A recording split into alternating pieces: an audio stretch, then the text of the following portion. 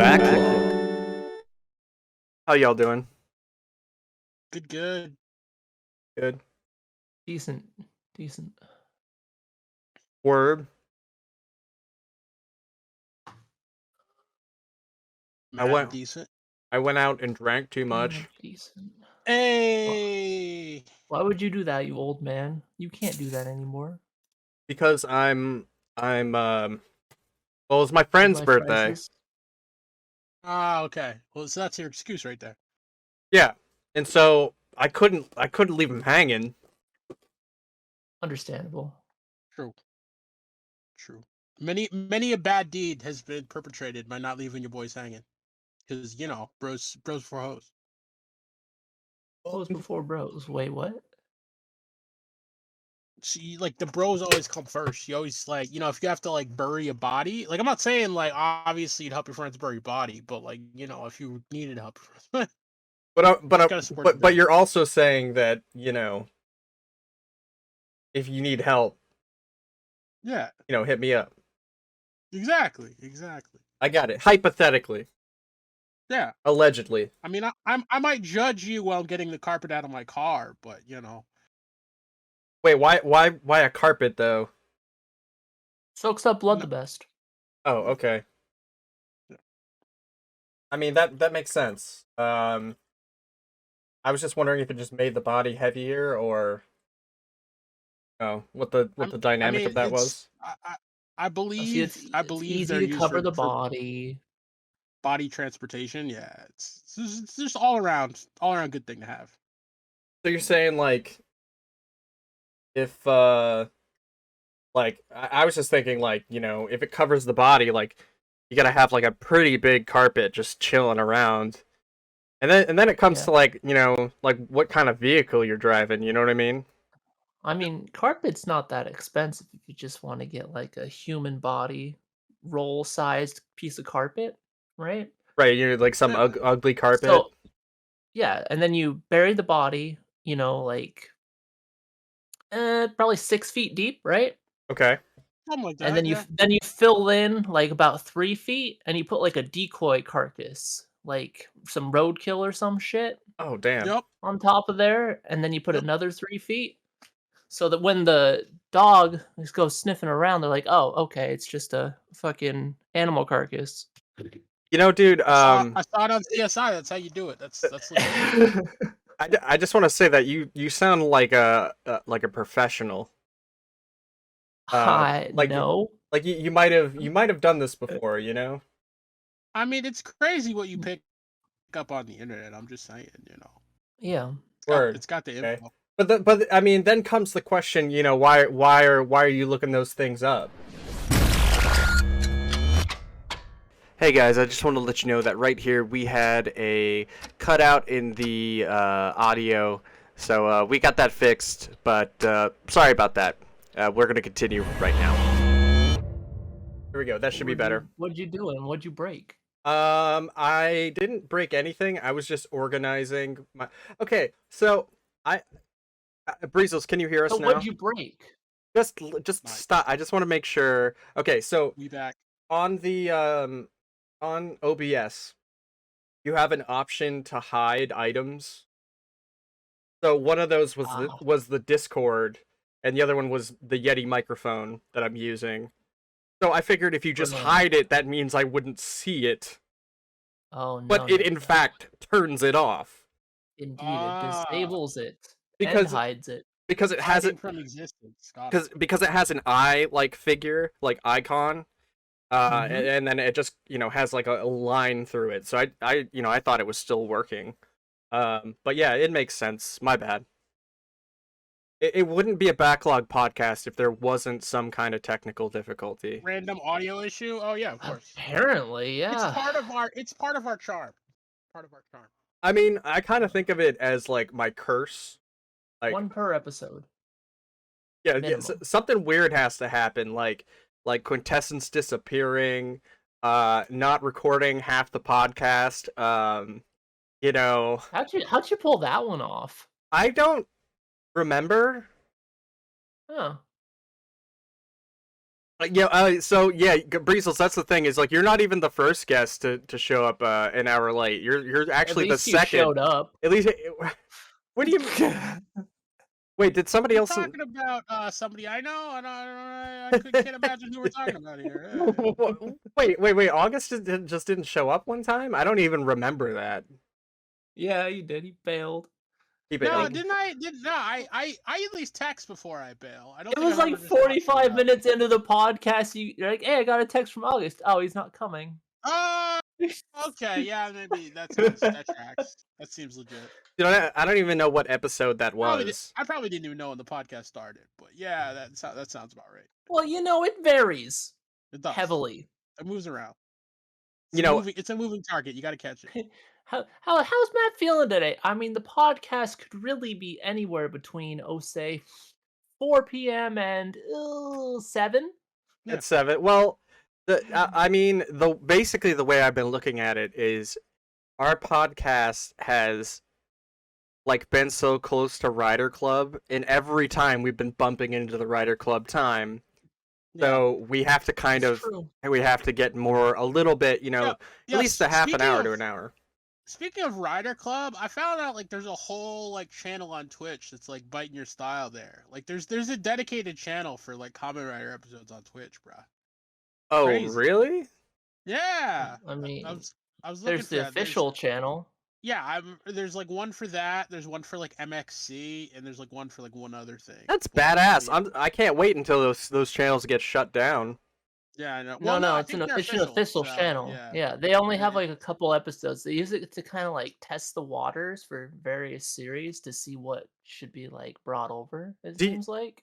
Well, do you think we would get our asses busted down if I just like copied their channel and put it like I'd say it's better safe not to do it than to do it, because like all your content's on your channel. Bro, so it's really not worth it. All I'm saying is that just whatever you do, don't post the entire movie of Black Widow on your stream.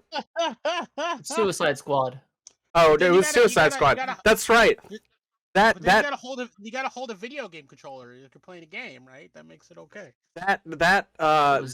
All of Suicide Squad. All of Suicide Squad, and that podcast doesn't exist because of it.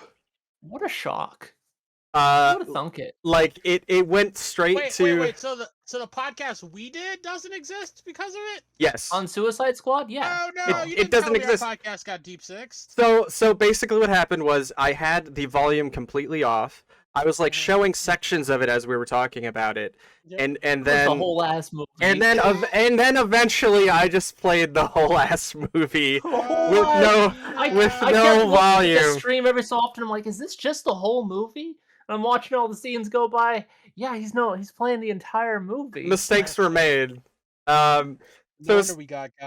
So exactly. Literally as soon as the podcast ended, I got a copyright strike, and then that episode was just wiped off the face of the earth. 100% match with Suicide Squad. They couldn't even give. No, true. They couldn't even give me the audio. Like they had to take that too. Oof. Rip. Yeah, I mean, like they might hear it though. They might hear. I don't know. I wonder if the same thing would have happened if we were reacting to it. Probably. If we used the whole movie. People watch whole ass episodes of MasterChef, Hell's Kitchen, Kitchen Nightmares, all kinds of shit. Naruto, but Hunter x Hunter. That's like at the behest of the copyright holder, or rather, that the copyright holder doesn't care because it's bringing them free press. Like you're never gonna be allowed to run a currently running movie on a stream. That's I mean that's like I basically distributed some pirating there, and it's true. Not to mention, I'm fucking with the mouse, so as soon as you start fucking with the mouse starts fucking you. You know what I mean? Yep. Truth. Truth. The House of Mouse, Disney snipers on your roof. Even though that's DC, so it's technically Warner Brothers snipers on your roof. But that's true. I'm sure they contract with the same sniping agency. I mean, yeah, you're probably right. I mean, that movie did just come out. I think, at the Yep, time too. it So did. I mean, I was Still on HBO Max, yeah. I was playing with fire. By the way, speaking of recording episodes, I actually recorded our entire like session of Common Writer Club. Yeah, I didn't tell anybody because so the problem is like once you tell somebody, "Hey, I'm recording this," like people stop acting naturally.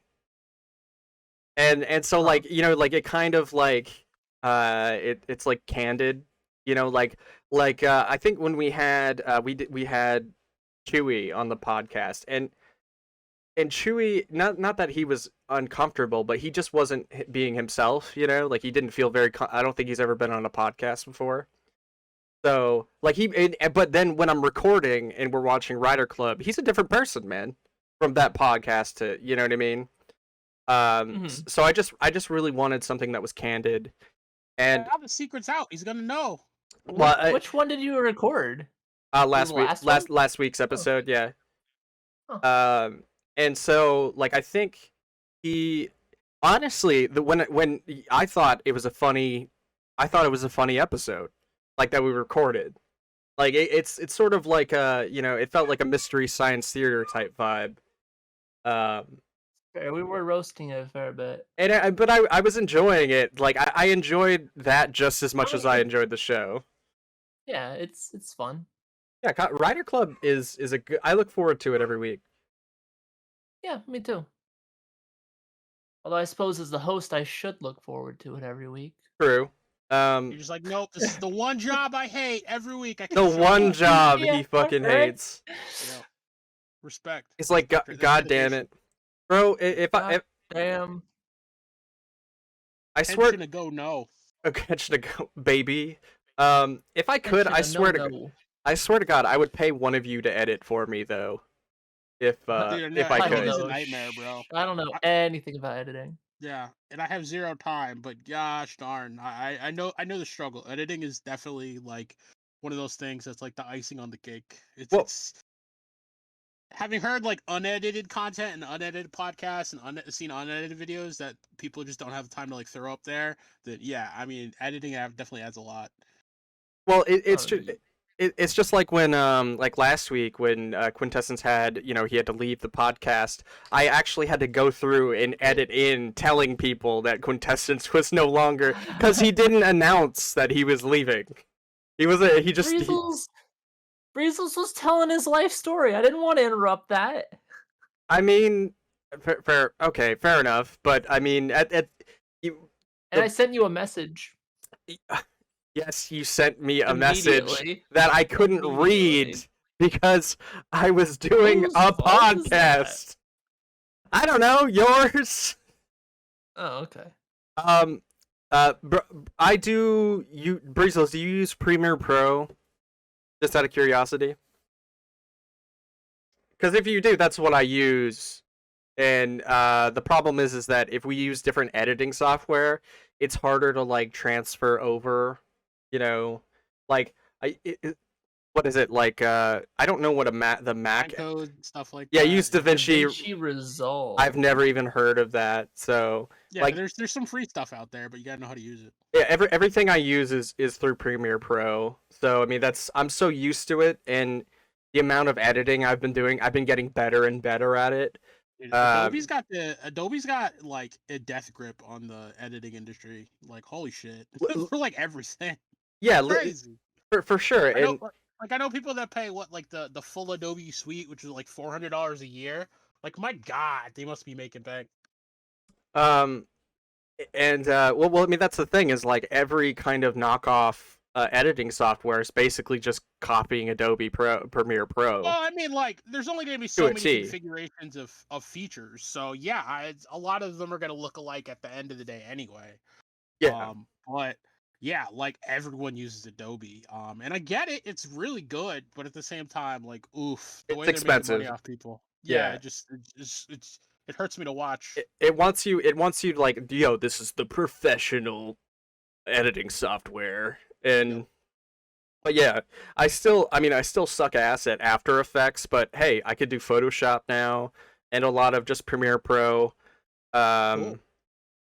but just getting better and better at it, and like I think one thing that I've started working on a lot is like audio transitions, which is something that I did not pay attention to before. So I guess with audio transitions, you don't want to like have like the sound kind of like you don't want like sound jumping too much. Like if you're editing a clip, you have to kind of like have the audio silently built back up if you're editing something.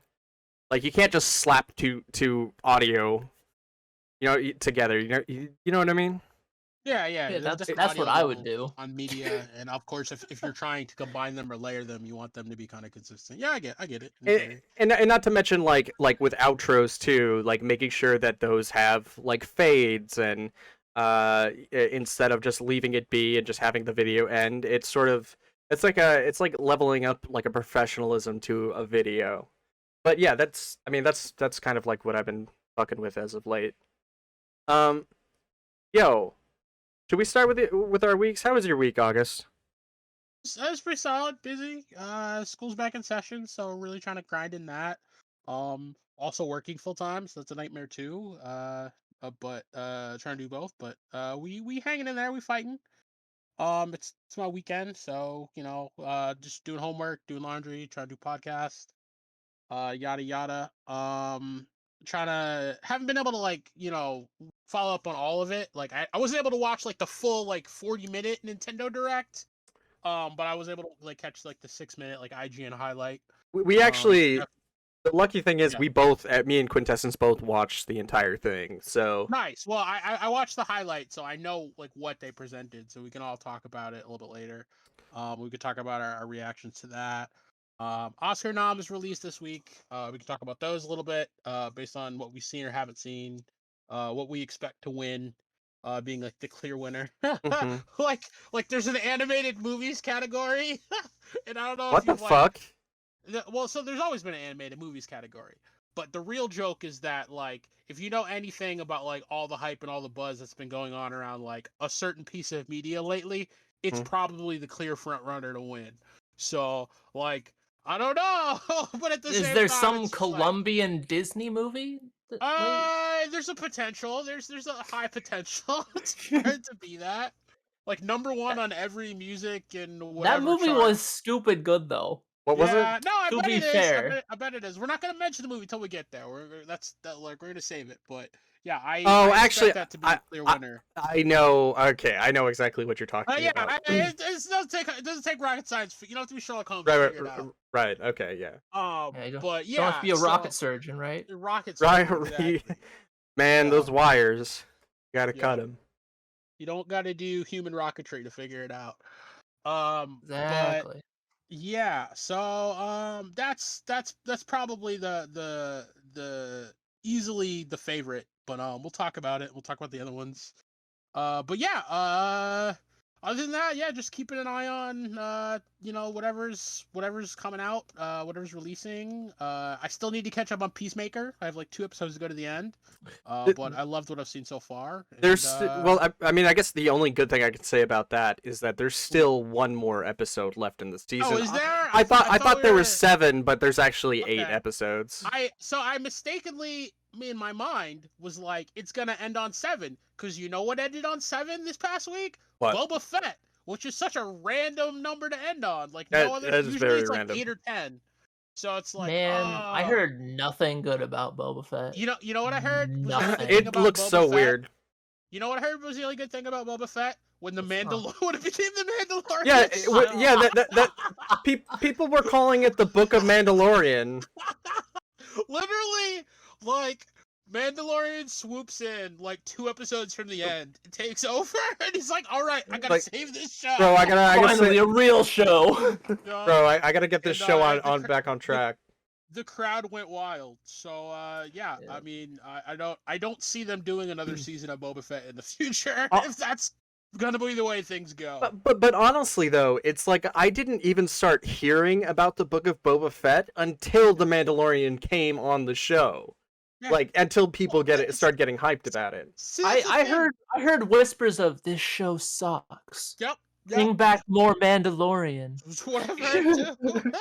Which is really funny because, like, okay, this was obviously filmed before any of the audience reactions. So, like, it was done. It was in the can. Like, everything had been filmed before any of the audience opinions come out. So, like, when, like, 3/4 of the way through production, they're like, you know what? We're shutting this whole shit down. It's time to become the Mandalorian 2.5. Bro, it's failing. We gotta bail. Something like was there a conscious decision in there to be like, okay, this isn't working. We're just gonna make this like a half season of The Mandalorian and call it good. And like, I have to imagine I find that they did it as kind of like a contingency plan. Yeah. But like, how did they know mid-production that it was like, okay, this is crap already? We gotta change it up. When you work on something, you can look at it and be like, "Oh, this isn't great." But that seems to never happen. That seems to always be like, stuff comes out and it's just shit, and you're just like, well, someone should look. Yeah. It happens occasionally, like with the freaking Sonic trailer that came out. Fair enough. People were like, "Oh my god." Good point. And then it got fixed.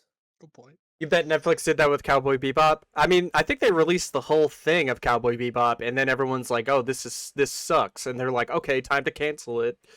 I mean, yeah, Netflix is real itchy on the trigger with canceling things anyway. So if it immediately isn't a success, for real. I think it was canceled within what, like 2 weeks, a week and a half. Yeah, I thought it was like a month or like maybe like 2 2 months or something. It didn't make it a month. That's pretty sad. It was 2 weeks. It was 2 weeks. That's pretty sad. The funny thing is like after like a week, they had like an interview with like the cast and crew and stuff. Yeah. Everyone's like, "Oh man, this is so awesome.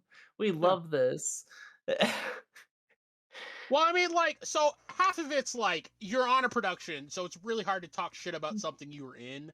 But the other half was just like, you never know necessarily how the audience is gonna respond to something when it first comes out, and like, the audiences are pretty picky. Like, if it's not immediately what they want, you know what I mean? Like, to me, I think Cowboy Bebop should have gotten a second season. Like they should have like Deep Six the Edge shit. That was like, no, that was the nail in the coffin. But if that hadn't existed, I think they could have sorted stuff out with like a second season. But now I don't know. We still had the Vicious problem. Yeah. Well, I mean, yeah, cosplayer Vicious. Not even cosplayer Vicious, man. I've seen way better Vicious cosplays. I mean, they all look like they were like cosplaying as like people from Cowboy Bebop. But granted, Spike looked like Spike. I did a good job with Spike. Yeah. That was it. Mustafa Shakir did a great job as Jet too. Like, yeah, but he. I like how they just like they're like, yeah, Jet has always been black. We're gonna make Jet black, and you know. Yeah, that's fine. It's just. Was he not black in the anime? No, he wasn't black in the anime. What? No. Really? No, he was voiced by a black person though. For the English. No, yes. Yeah, Jet's just like a random white dude. Is he really? Yeah. It's been so long. Okay. Yeah. I could have sworn he's like a little tan, but yeah. Yeah, no, that might track. But yeah, no, like I like that change. It worked. It worked for the show. Yeah, it's just I think there was just, as I said, getting an anime adaptation right is a lot of moving parts, and I think the formula hasn't been effectively crafted yet. I think this might be the closest Netflix has gotten visual wise, maybe, but yeah, it still didn't pass the vibe check for whatever reason. Who was does anybody know the voice actor's name?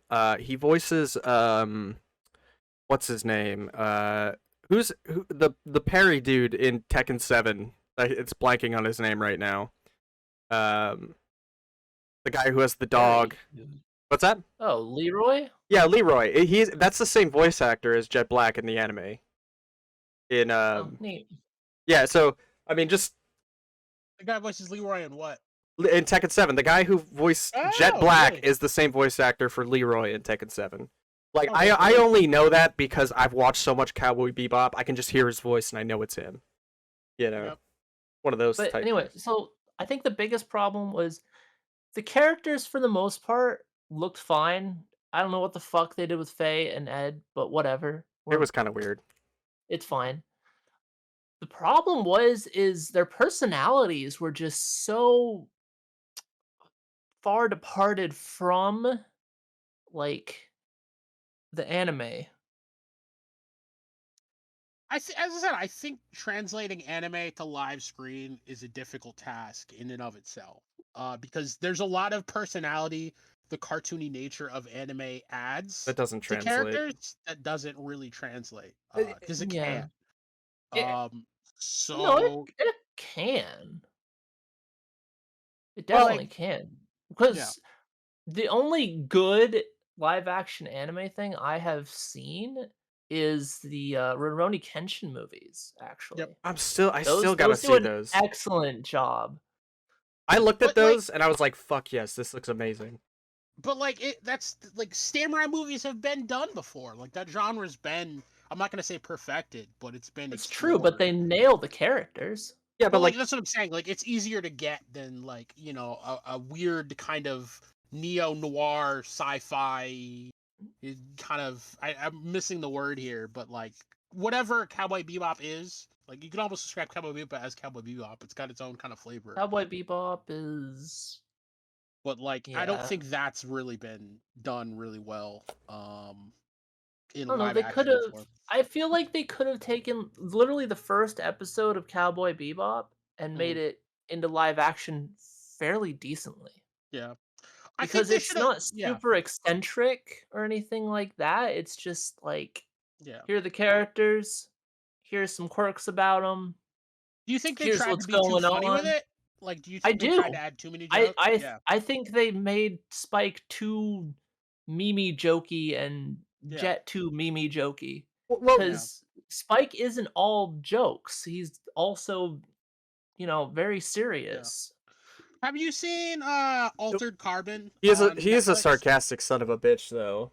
I mean, I could say that. Yeah, of course. But I mean, also I he might has a range of, emotions and such. I might also like just to add to this, like, and I know you want to talk about Alter Carbon, but well, no, I'm okay, keep going. Realistically, about Cowboy Bebop, do you really want to watch something that is a shot-for-shot replica, or would you want something that's slightly different? Because I'm saying just for the first episode would have been good, because the first episode is like the perfect setup to show you these characters, what they're doing, what's going on, what they usually deal with, things like the whole planetary aspect of it. It has like everything. It's all encompassing. Right. The first episode of Cowboy Bebop. And okay, so let's say that they do that, but you have the rest of the series to go. Do you want them to make nuances to the show, or would you rather watch the same thing over again? Because the anime already exists. Why do you need to, like, it's already perfect. Like, why do you need to like see that same thing as perfect as it was? You know what I mean? I think that I see where you're going with that. I think that's the constant dilemma between adapting media in general, is that like you always want a little bit of new. Like you don't want like 100% faithful, because then you're like, you've seen every plot point. It just gets boring at a certain time. It's like the Avengers. Like they changed nuances of the characters from their comic book. They changed a bunch. Yeah, like like like Ultron was not made by Tony Stark. It didn't shit like that. And like even like Captain America should have died in Civil War. And so on and so forth. But anyway, as you were saying about Altered Carbon. No, I was just saying that, like, just following up on your point, like, I feel like it needs to be a balance. Like, it needs to be like 70% shot for shot, 30% like your own original flavor. Like, there's some type of ratio in there that you're aiming for. But I think it would have been a good faith to the fans to do like a shot for shot of like the first episode to get the ball rolling, and then they could have done more of their own thing. Yeah. I really feel like they were definitely trying to do their own thing with it, which I respect. It's just I don't think they had all the balls in the right place, or I don't think they had all the puzzle pieces in the right place to make fans also like what they were trying to do. Really quick, like Breezel in the chat, it says it helps that a lot of the viewer audience don't know the source material for the Avengers. But I might add, the thing about the Avengers that is amazing is that people that do know the source material still enjoy those movies. Yeah, it's fun to see their twists on things. Yeah, for sure. It's fun that way.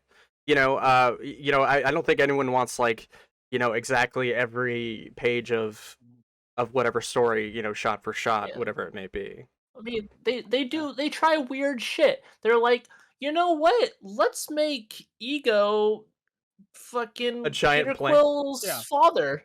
Oh I yeah, think that is No, weird. he was already a planet. Yeah. Ego was already a planet. I think at the end of the day, everyone respects a competently written material that both respects the origins of the characters, but also is willing to be like, okay, let's change a little bit, change one small thing and see what it does. Yeah. You know what I mean? Like they don't necessarily change everything, but they're willing to change one thing and kind of explore it. And as long as they're faithful with that, it's kind of interesting to watch. Yeah, fair. Yeah. I agree. Another good example of that is a cartoon from the 2010s. It was called Avengers: Earth's Mightiest Heroes. I love that show. It basically just ran over the comics. It was just like, here's this comic arc, here's this comic arc, here's this comic arc, and people loved it. Why do you have And to make me unfortunately, remember? it got canceled because it didn't have enough toy sales. And then they brought it back ish Oh. with Avengers Assemble, which was not. It was so not bad. nearly the It was same. so Not bad. anyway the same. I didn't even find that show until it was on Netflix, and I was like, dude, how have I never heard of this? This is fucking so good. Earth's Mightiest Heroes is stupid good. Yeah, it was stupid good. It's almost like, it's not, but it's like if 90s X-Men and Spider-Man were like S tier and A tier respectively, this would be a B tier. This would be like just a little bit under it. Like, okay, so I mean, the thing that I can give 90s Spider-Man credit for, and this wasn't until like I started reviewing the first season, was that they actually are true to the comics.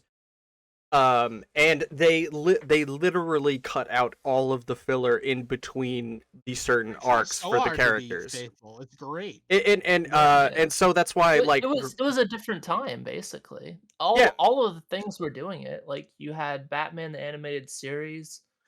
Oh yeah, that show that show actually was like one of like then you had Superman the animated series doing stuff like that. Yeah, I think all of them were doing it. Yeah, I mean that's how until Batman decided to just start doing its own shit, and everyone's like, "Whoa, this is actually amazing." But that's the thing is like for me as a kid, like Harley Quinn was an original creation of Paul Dini and Bruce Timm. That's an original creation of the Batman animated series. Yeah, she existed in the comics before that. She did not exist. I would say though, like I would not love superhero whatever if I didn't see these cartoons as a kid. You know what I mean? I think that was like, I never was really like, nobody would buy me comic books or anything, but I fell in love with like, Batman the Animated Series, the 90s Spider-Man, X-Men, all the good shit. But yeah, I mean, I think those were really important to me. All the dope stuff. All of the DC animated movies. Yeah, those are all hey man, live action DC movies, good to meh.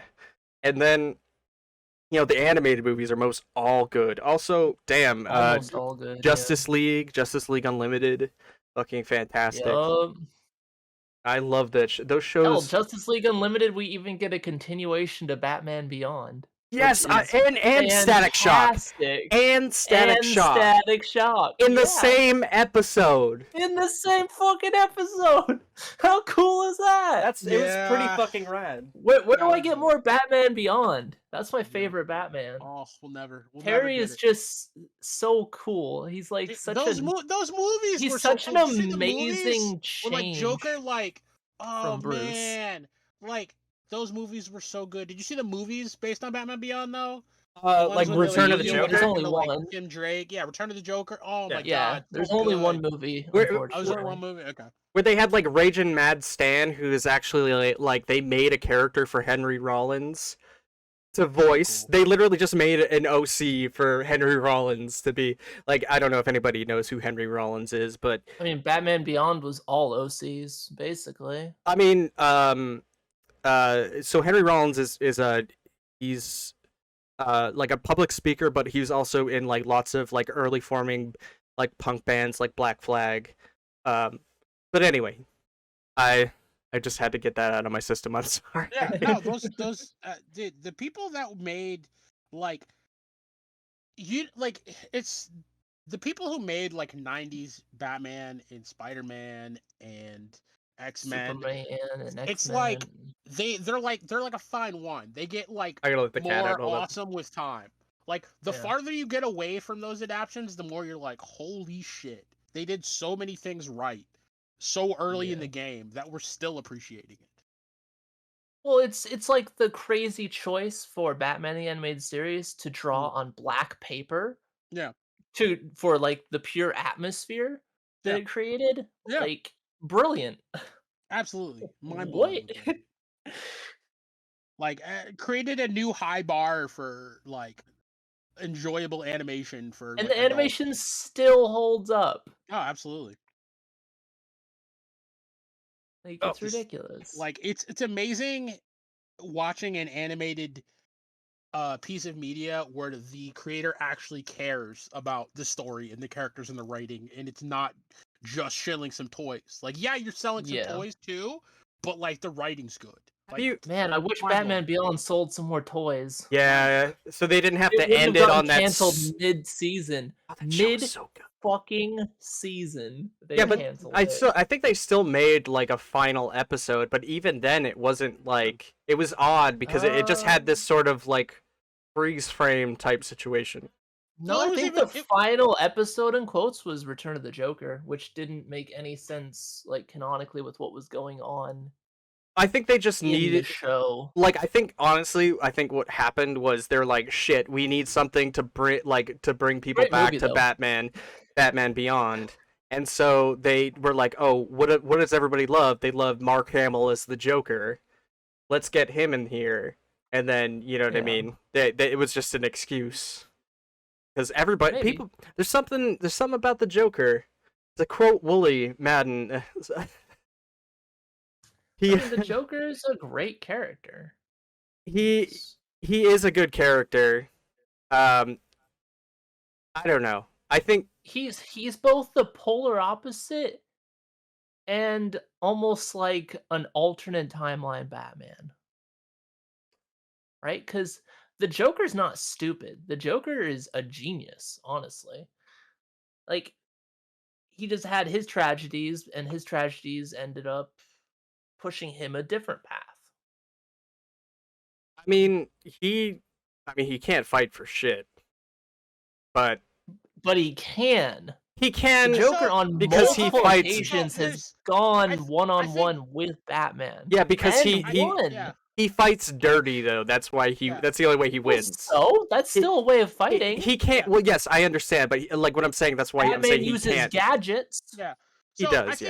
I think the biggest problem is that like if you wanted to throw up, I'm using the big words, but if you want to throw up like a dialectic between the Joker and Batman, it's that the Joker is chaos. Like for whatever reason, he just wants to destroy, where Batman just wants to control. And yes, they're both damaged people, but one like manages to actually, you know, heal himself enough to be able to function around others and work with people and, you know, get stuff done. And the other one just still wants to, at the end of the day, like, you know, walking around kicking over everyone's Lego set. So, I mean, they're both interesting characters, but yeah, but Batman had like support. Like, yeah, he still had Alfred. Yeah, Alfred was still around to be like that father figure that he needed. But as I said, I think the Batman Joker rivalry is definitely an interesting one. I wouldn't say they're like parallel characters, like kind of. Batman has the best rogues gallery.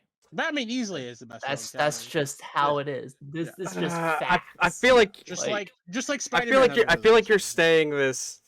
I feel like you're saying this to get at me there, Quintessence.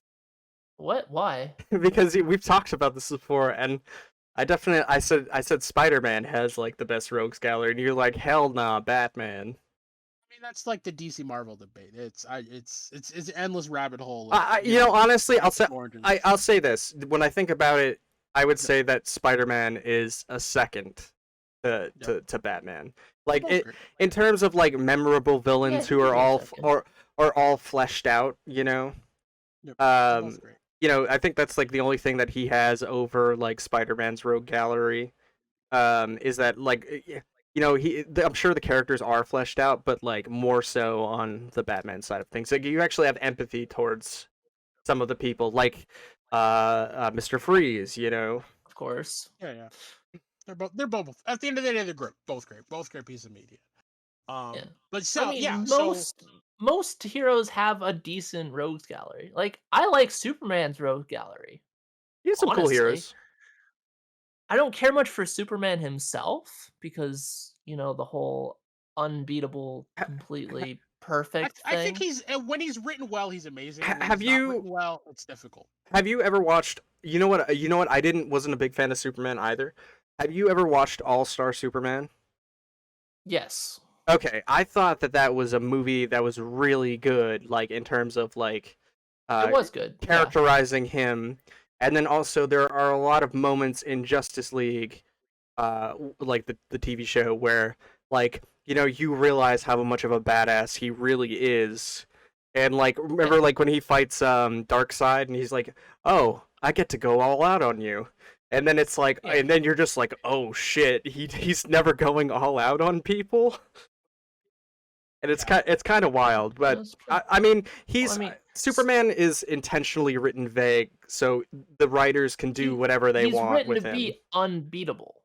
Well, no, he's not. He can be injured. He can die. He's weak. Canonically died. He's weak to magic too. He dies, but he comes back. So does everyone. Weak. He's weak to magic, like weak in quotes. Like it depends. Sometimes he's weak to magic. Sometimes not really that bad of a hindrance. I mean, so depending on how like he is though, but it's he's weak to magic. It's like if the writer just wants to be an asshole. And like write the Brandon Ruth Superman where like he lifts up a giant, or not the Brandon Ruth one, but I can't even remember. It's so long since I watched it. The movie was terrible. But the Superman movie with him that ends with him lifting up a mountain of kryptonite, and you're just like, okay, so you gave him a limitation, but then you just said his one limitation doesn't affect him. You're talking about. Sorry, you're talking about the Brandon Routh a Superman movie? I think that's the Brandon Ruth one. It might be one of the earlier ones. I just remember that being the dumbest thing I've ever seen. Did you know that's actually a sequel to the Christopher Reeve? Christopher Reeve one? Yeah. Yeah, I did movies.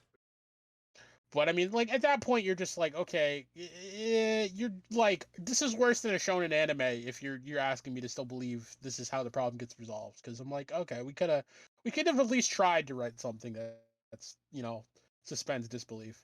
But yeah, when Superman is written competently, when he's given vulnerabilities, especially like the new current show on the CW, Superman and Lois, where he has like 2 kids, then yeah, he's really enjoyable. Well, yeah, because they finally gave him like they stopped giving him an origin story, and they actually like gave you middle-aged like experienced fucking Superman.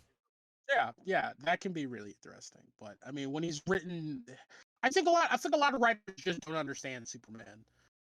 He's a difficult character to write, you know. I think so anyway. With his invulnerability. I agree, or nigh invulnerability. Yes.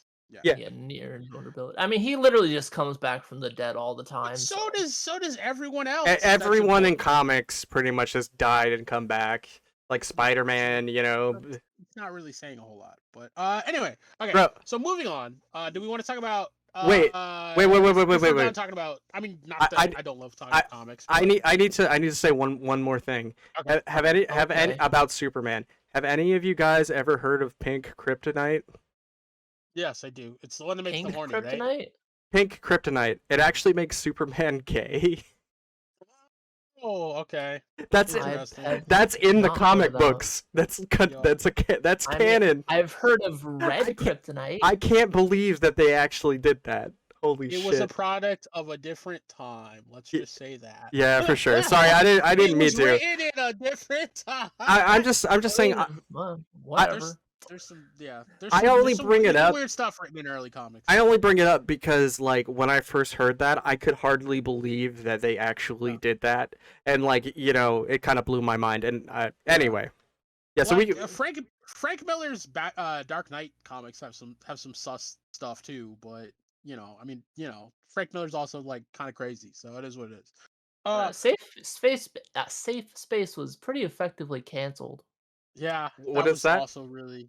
That was okay. That's another really cringe thing that Marvel did recently. Let's not Marvel get made a into group it of now because like we heroes. could go down a whole rabbit hole there. So we'll Okay. Yeah, it save was that one like for another day. Safe Space and Snowflake and Just It's Jesus. fine. It's fine. We'll so keep it dumb. rolling. It We'll was keep it really dumb. rolling. It was really. We'll talk about it another day. That was really dumb of Marvel to It do. was it But was right Marvel, up there with like pregnant Spider Girl. so dumb. Okay, but anyway, so moving on. Do we want to do video games first, or do we want to do movies first? Like, we want to do the Oscars first, or we want to do video Wait, games I don't even think Quint. Did we do? I mean, I guess we can just skip the our weeks, and then we can just go. What? Let's. My week was nothing. Whatever. Moving on. No, if you want to share, I'll just do a quick like rundown. All right, let's hear your week. I beat Chrono Trigger, and that was Cool. my Nice. and that was a really fun game, really good. On stream or off stream? Which way did you beat it? I went the like the perfect route. Where like I got. What do you consider the perfect route? We're at the end, Chrono and what's her name? Get married. Frog goes back, gets his human form. Oh, okay. Robo has a different future, and he's like has his girlfriend robot, which is just a strange thing. And then let's see, Isla. You find out that Isla and oh my god, what is her name? What's the girl's name? The princess. Marl? Marley or whatever. They're actually related. Like they're part of the lineage. And what you find out is that essentially everyone that is like connected throughout the timelines is related to the kingdom in some form or way. But anyway, yes. I thought it was really good. It was really well written. I loved it. Best RPG. It's definitely up there. I think it might take over Final Fantasy VI for me. I'm not gonna lie. I think I had more fun doing it. But yeah. Anyway, and then what else happened? Yeah, I think that's it, man. I think that's the most I'll important sum up my thing. week with 2 words: Lost Ark. Lost Ark. Oh, also, Lost Ark. Can't wait to. Well, I'll bring up the seafood later, but what is Lost Ark? Lost Ark? Oh, it's a Korean MMO that we finally got over here it's been in over the Korean like States. 2 years, right? Oh, longer than that. It's been Yeah. like 4 years or so. No, you should 4 or 5 years. Yeah. It's Matt, been a long time. You should look up a trailer to this, Matt. It looks cool as fuck. Like even on I was TikTok, keeping tabs on it for quite a while, and I was like, eventually it's gonna come here. Eventually, and then Amazon finally like picked it up. It's unfortunate it's Amazon, but Smilegate, which are the actual developers, have a lot of like control and sway. So I'm hoping it's good. So far, it's doing very well. It hits number 2 in the most popular Steam games ever, with like 1.5 million concurrent players or some nonsense at Oh peak. wow. Yeah. What was the name of Lost Ark? Lost Ark. Yeah, it's on Steam. Yeah, free to play, so you can play it. It's got PvP. Yes, it does have PvP. Oh, I didn't know it had PvP. Okay, that's cool. It has a very strong PvP community. Nice. PvP is very fun. Cool. Yeah, I'm thinking about checking that out next week myself. And I've never even played a keyboard mouse MMO, but it looks just so damn fun. Oh yeah, here I'm gonna play it in the background here. But yeah, I'm definitely. There is an issue though. The English voice acting is less than desirable. Not too great, but I'm not really there for the story. I'm there for the gameplay. Right. Is it English or is it just bad English voice acting? Bad English voice acting. Ah, okay. They have. It's like they. Oh wow. Just picked up fresh voice actors or like new voice actors. Or just someone off the street. I don't know. Boy, there's varies. a whole lot of influences going on here. You're watching the cinematic trailer though. Watch the actual gameplay. The gameplay actually looks dope as fuck too. Oh well, I mean, it just looks like they're taking like different characters from different games and kind of like. Yeah, there's a bunch of really cool archetypes. Oh, is everyone still here? It's got 15 classes right now, with more coming, of course. Yeah, it's got a because ton of Korea classes. has a bunch more. From like martial arts to swordsmen to mages. Like it seems like it's made all the classes really interesting. It kind of sucks that the classes are gender locked, but Oh, that's dumb. personally, I I didn't hear don't that. care That's too sad. terribly much. And their goal is to have like male and female of all of them. Like currently, we only have a this male looks berserker, rad. Holy shit! but there is a female berserker coming down the pipeline in Korea. Cool. Yeah, no, I'm this game Oh, looks this dude really looks like cool, Magus. Holy shit! and I haven't got a chance to check it out yet, but I'm also interested. This dude looks like But yeah, Nightmare. like Yeah, I'm it on opens... US West Mari server. Nice. Didn't it open on Friday, the 11th, or something like that? Yes, it opened on Friday. Yep. But it was open 3 days before that if you bought the Founders Pack. Got it. 3-day head start thingy. What were the purpose of the Founders Packs? Like, were the crystals like actually worth it or any of the stuff like that? It depends. It depends on like how hard you really want to go in the game. Yeah. Because at its core, there isn't really any true pay to win. It's more pay to progress.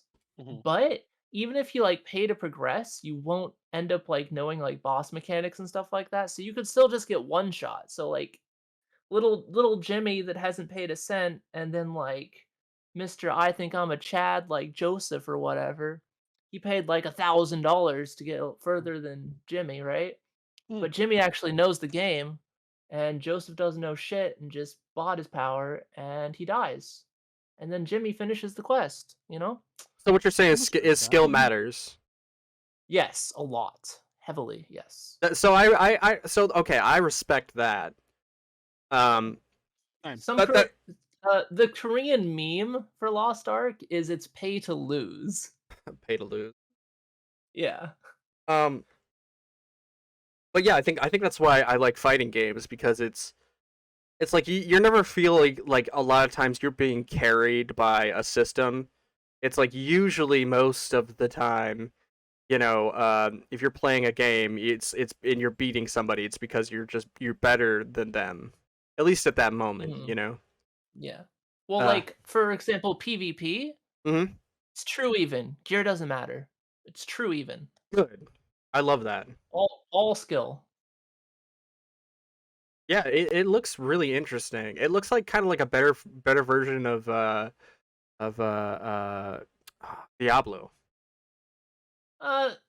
Only because kind of like the view, I feel.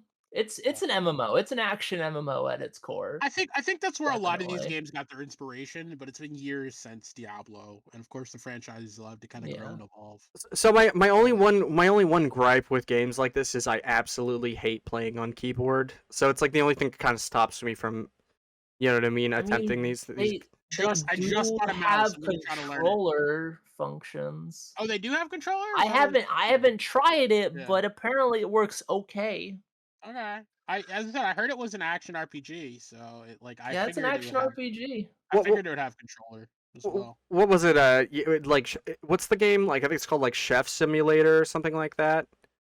Does anybody know that? Like, so I bought that on the Switch, and let me tell you, that is not on the Switch. No, it's not even because it's on the Switch. It's because the controls are not optimized for a controller.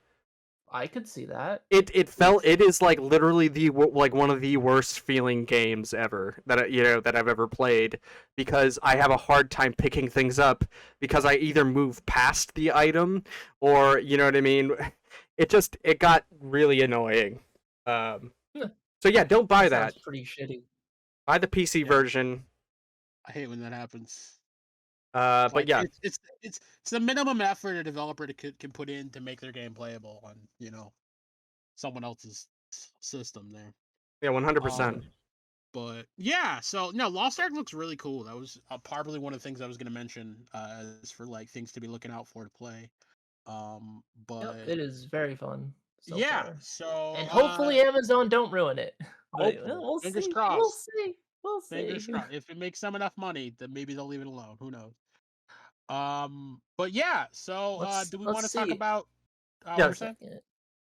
Its current players is at 1.3 million. Nice. Just So casually. word of mouth, just it's chilling gone there. up from 1 million. Damn, nice. Yo, Yeah. let's keep the subject pushing. What did you want to get to there, August? So yeah, Yep, I was gonna let's say, push forward. what did everyone think about the Nintendo Direct? Was there anything specific you were most interested in?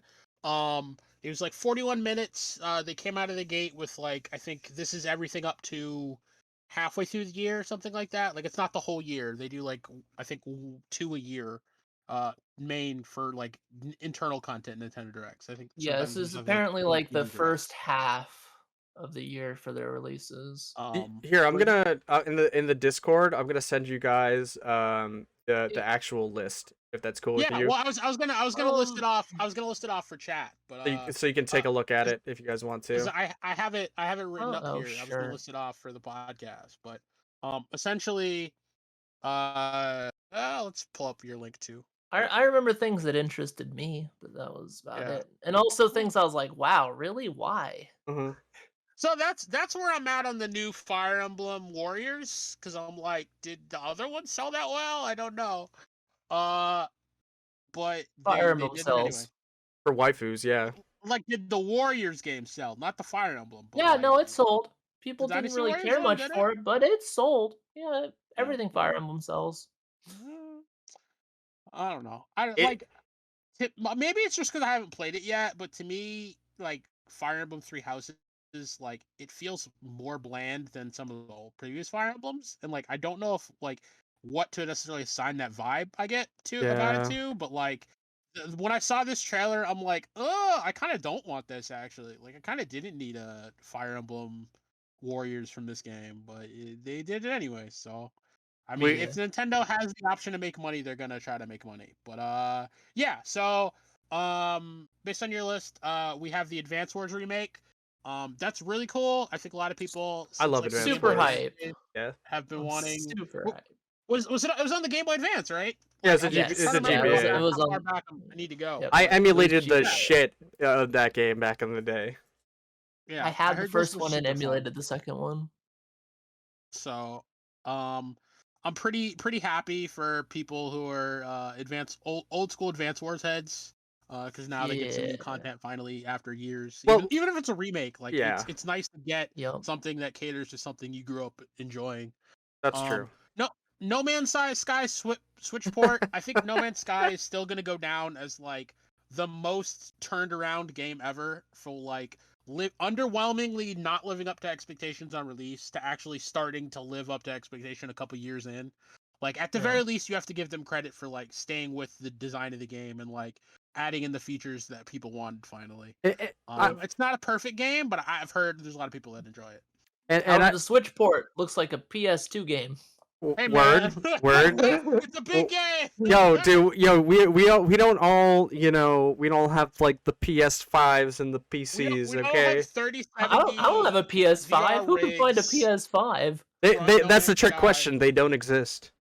Yeah, it's true. They were all a Figment. It's really just a PS4 in a bigger box, right? That's what it is.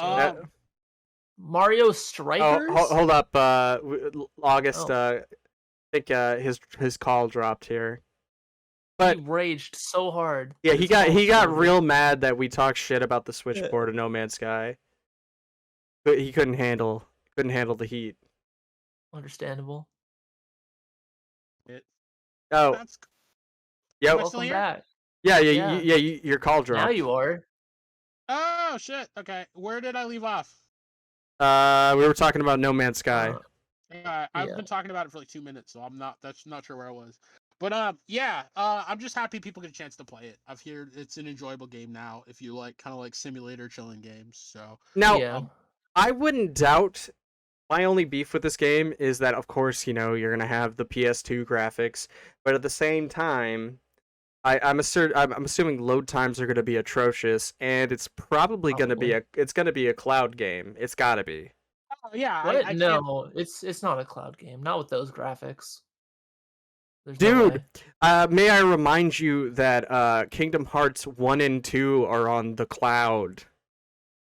Control and several other games. It's several I other games. I think that was a limitation that the whole game has to be on the cloud, and they didn't want to just split it into 3 They did split it into 3. or 2. Well, They didn't. yeah, you get each one It's one individually. collection. Yeah, but it's one collection. Yeah, but isn't each game on the cloud itself? Yeah.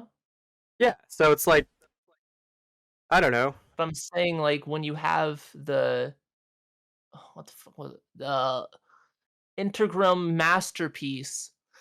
Jesus. Interregnum, probably. And yes, all of the words Final Fantasy uses are really stupid, but yes. Oh, But intergrade? Is that what you're talking about? no, Intergram. No, I think it's interregnum, which means like between kings. But there's no Latin. E. Are you talking about There the Final isn't? Fantasy Yeah, VII expansion? no Maybe it E. is intergram then. I don't know. It's Intergram Masterpiece My old Latin is like popping for back in my Kingdom brain. Hearts. That's the collection that they're Oh, doing. okay, yeah, because Final Fantasy VII Remake Intergrade is Yeah, we had Intergrade also. Yeah. which was So, a like, shit port, but go on. do you think they consult people who like traditionally speak English before they choose these titles, or do they just choose these titles and be like, we don't need the words to actually mean anything? It just sounds cool. I feel like I think they just throw darts at a dartboard filled with letters, and they're like, "Whoa, there's the new Kingdom Hearts collection title." well, you see, here's the one common link between all of that, right? And his name is it's a man named Tetsuya Nomura, and he's the one who came up with like all the names for Kingdom Hearts and the name for Final Fantasy VII, like the intergrade and shit like that. He's the He's dude. creative. He's creative. He's the dude who helped make what is it? Final Fantasy VII, not Advent Children, but the PSP one with Zack. Crisis Core. Yeah, he's the Crisis Core man. Like, this dude loves this dude loves to give shit like wacky ass names. Making up fucking words. Yeah, making up fucking words, and like the Crisis Core is problematic because it's not problematic. I feel like maybe that's too extreme, but it's confusing because of the way that he writes dialogue and like language, and also throwing in like some kind of weird in everything that he does. Like, Kingdom Hearts has like the whole like heartless, darkness, nobody, some, you know what I mean. It's fucking like I hate reading. I don't like Kingdom Hearts because of the story, just because of how the words that they use on a regular basis. So it's really I believe it's a Tetsuya Nomura type deal. But yeah. Anyway, sorry, I didn't mean to. I can't say for sure, but I Yeah, feel like the they just did titles all on the cloud just to like save time. Yeah, the titles for a lot of these games like are just don't make any sense. But I mean that's true for a lot of Japanese to English games. We mentioned that before, like Uniclear and stuff like that. Yeah. But anyway, the Switch could totally play Kingdom Hearts 1 and 2. Oh yeah, 400%. Yeah, probably it can emulate them. Yeah, if it wanted to, but it might not be able to do the third one. So that's why. But it can't play 3. No, it wouldn't be able to play 3. Yeah, so that's why they did it the way they did it, which I guess makes sense. You know, have it all in one. So it might as well just have it all right there on the cloud. But yeah, so as I said, like, Kingdom Hearts. I think they announced like the last of the DLCs are coming out. That's like the Final Fantasy content for 3 and a couple other things like that. So people that were waiting on that'll be out. What is else? There's gonna be a new Mario Strikers. For those who've played, I think love Mario that Strikers first came out franchise on the GameCube. Yep. It's like home. I feel like I'm playing Mega Man Soccer on this NES. I know, it's a classic. So Mario Strikers Battle League, that'll be the new Switch Mario Strikers title. And it's actually the first Mario sports title in a while, right? Didn't the last one we got like Mario Tennis, which was like 3 years ago or longer? No, we got golf. We got golf. Okay, yeah, we did get golf. Forgot about golf. Yeah, but yeah, forgot. Most people did. yeah. But well, they tried that cool thing with like the multiplayer mode on that. That was kind of interesting. But Yeah, that ended up just being a cluster. yeah. Sorry about that, guys. Somebody just Mario knocked on my door. Mario Tennis is still an amazing game. I still love that game. Mario That was Tennis is fun. Yeah. one of the few I went out and definitely. I think Strikers is my favorite Mario sports game. Yo, okay, I hear you, but first of all, if we're not talking about Mario Golf Toadstool Tour, if you're not saying that is like in the top 2, you get the fuck out of here, okay? I could put it in the top 3. Dude, that game is my number 1 Mario sports game. Because tennis beats golf. Yeah, but Mario and Golf Strikers beats tennis. Mario Golf makes golf fun. Just saying. That's just me. Yeah. I mean yeah. That's the only reason it's in the top 3. I still don't really get down with golf, but it was cool that I think what's it called? Like Mario Land Asia announced they were going to show them like a golf course with Mario. Like I'm not even taking into account the real sports. I'm just taking into account the game itself. The games themselves. Dude. I still don't get down with golf. Dude, like as soon as I'm touching I looked up Tetsuya Nomura, like the amount of Final Fantasy games that this man has worked on. And he's the guy that directed Final Fantasy Advent Children. Which is, I saw that. Pretty universally cool. hated. I liked it. It's fun.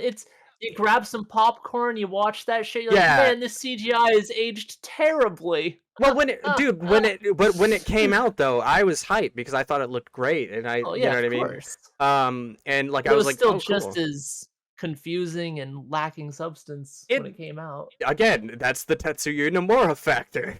It's just gotten worse. Well, I'm hoping that because now you don't have the spectacle anymore. Well, I'm hoping that remake kind of turns that around, and I think it will. I think it will. Splatoon 3. Any Splatoon players? Yep. That actually looks kind of cool. There's some really funny memes being passed out. I think it was on the Two Best Friends subreddit. I can't remember where. Where it showed that little like clip of all the Splatoon people in that little like hovercraft mission, and it was like giving the little like subtitle from Metal Gear 5 about when you're like flying off to your base or whatever. I thought that was really funny. But yeah, I mean, I think the Splatoon games people have really enjoyed. They're not personally my cup of tea, or rather, I don't play them. I don't enjoy them. I would probably be actually more interested in the single player than I would be the multiplayer. But I think they're pretty cool. I'm not a big Splatoon guy. Neither really interests me. I don't care much for the gameplay of Splatoon in general. I like the puzzle aspect of the single player. I think the multiplayer, I'm not sure I'd be down with, but there are people that like it. In a weird way, I would play. And I don't know if this is a big insult to Splatoon, but I would play Fortnite over like playing Splatoon if I had to. Fair enough. Thing is I really enjoy like the aesthetics of Splatoon. Like I love all the paint splatters and the crazy character designs. That's all great. I just wish the gameplay was more up my alley. The waifu arguments that apparently happen? Sure. That does happen. Dude, like people will waifu wars anything. Waifu wars literally anything. The game itself acknowledges it and lets you pick a side for which waifu should win, like by games. Like it's just they understand. They understand. Yeah, they're getting those waifu dollars, man. That's when Fire Emblem made the switch to waifu wars. That cash started rolling it. I mean, just slap the Switch, bro. Just slap some titties on it. We'll be all right. That's what Lost Ark does. If you want to go looking for it, it's on the internet. But yeah. Done. The waifu wars has infected Splatoon. Good to know. Yeah. Oh, Front Mission. I don't know if there's any Front Mission fans, but I love Front Mission. Front Mission's my shit. It's Final Fantasy Tactics with mechs. It's just so fun. No, that's super hype. Dude, before I ever knew, okay, so this is like another, ode to emulation. But when I was a kid, and I was like looking for Super Nintendo games, right? Like one of the games that I found was Front Mission, and that's when I was like, oh my god, this is so dope, and I was kind of addicted to playing Front Mission then, and as an adult, I would love to give it another try because it's been so long. But yeah, I love the Front Mission games. Yeah, Front Mission are very fun. Yeah, no, I'm actually more mad that it's like they're coming out on the Switch, because like if they don't also come out on PC, I might riot. It's I don't know. It seems unlikely it's going to be on PC also. But that's mostly historically been like either on PlayStation, I think, or Nintendo consoles. Yeah, like I give Nintendo credit. It's like they know their audience. It's like these are people that like we're gonna dig heavily into the nostalgia factor. These are weebs. We're going with everyone who grew up with like Nintendo GameCube, N64, and PS2 games. We're gonna dig all those games up, remake them, and toss them out, and see how many people buy. Where's my Custom Robo remake? Dude, one day, you're all right, I'm gonna say it right now. Custom Robo, that game's mid. Really? Wow, your life is mid. That game's fucking mid, bro. Absolutely wrong. I'm done with this podcast. Yo, dude, if this is how this shit ends, I guess this is the bridge I'm gonna die on. You're gonna pick this hill to die on. Absolutely. Custom Robo is mid. Custom Robo is mid. How is it mid? Because I've never played Custom Robo, and I'm like, boy, I'm having fun. Like, that has never happened. Bro, we played it at like my house. What are you talking about? We had it on your emulated Wii. Listen, I understand. I owned the physical copy of Custom Robo. He's saying he didn't have fun playing it. I've never like I got that game for free from a friend. Actually, here, funny story is I actually had gotten that from like a friend. Like a friend got sold his GameCube or whatever, and I went inside of his garage, and then I just found a copy of Custom Robo disc just out in the open. And I was like, yeah, I just took it because it's like he's not gonna play it anymore, and it was there for months. This man's stealing from friends. How are you gonna steal a man's copy of Custom Robo and then not play it? Well, yeah, but what is he gonna play it on? He ain't got a GameCube. All I'm saying. All right, moving on because I'm just disappointed. Disney Mario Kart, Disney Speedstorm. Yeah, okay. That actually looks okay. Like everyone it looks else very mid. Well, so okay, this is the thing. You can never judge a kart racer by its look.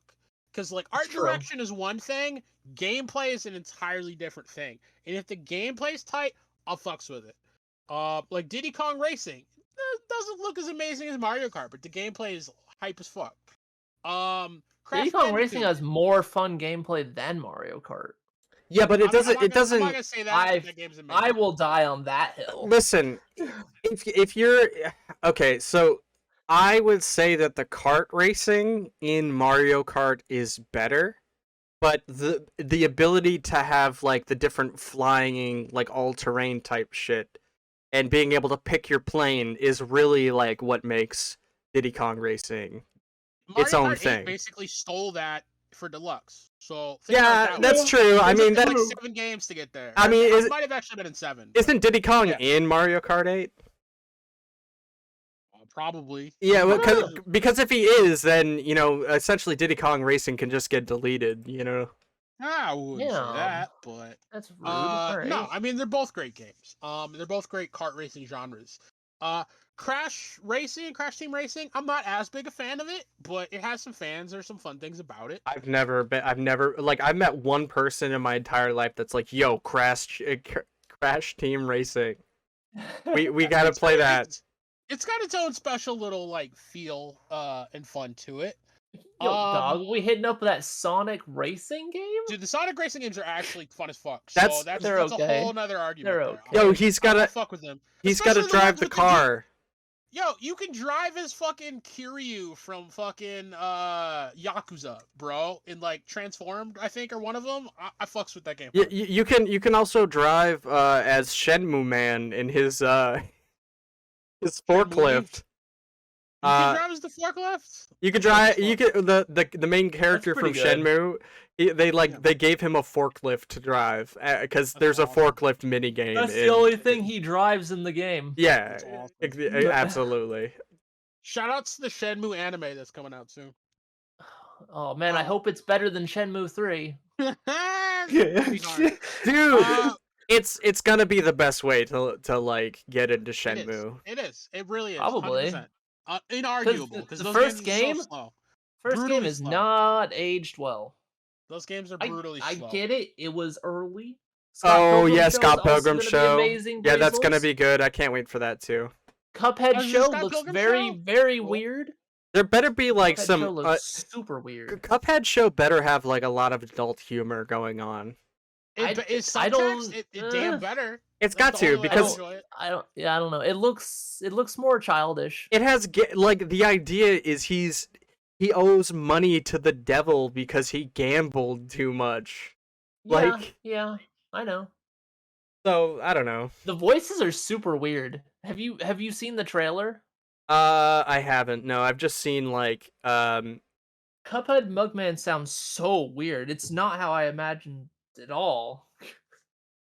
I don't know. Is that Scott Pilgrim show? Is that Scott Pilgrim show going to be on Netflix or? I don't know what it's going to be on. I remember hearing about it. I was like, oh, that's tight. I love Scott Pilgrim. Yeah, that movie, the live action movie is very underrated, unfortunately. Such a gem. It's pretty much become a cult classic at this point. It's so good. It's a shame that it did so poorly in theaters that we won't ever see more. Yeah, I mean, I went to go see they did it. The whole story, didn't they? Why would we see more? I'm very confused. There's always more. There's always more. Well, there's a lot of stuff. There's like volumes of the comics, and I'm sure there's a lot of like in between stuff that we didn't get to see. I don't know. I'm pretty sure I read a summary of the comics, and I'm pretty sure they condensed all the fights and stuff. Yeah, they too. condensed all the fights down to one movie, essentially. Oh, I don't know if, like, unless you wanted to make a live action TV series, I don't think there'd be a use. I don't know. I think the show would be great. It's gonna be good. Is it gonna be live action or animated though? It's animated in the exact style of the comic books.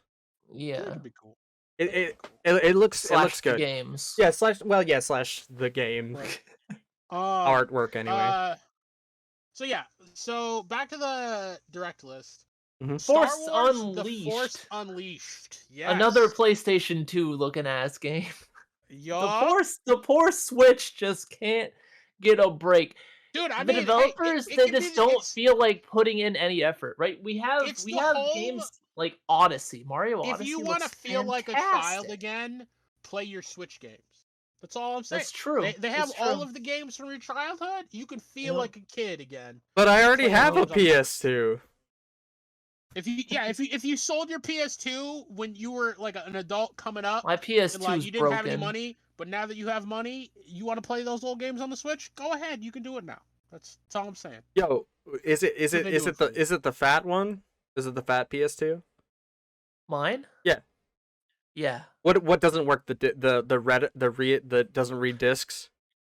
No, I had fixed that at one point. What happened is the controller ports have stopped functioning.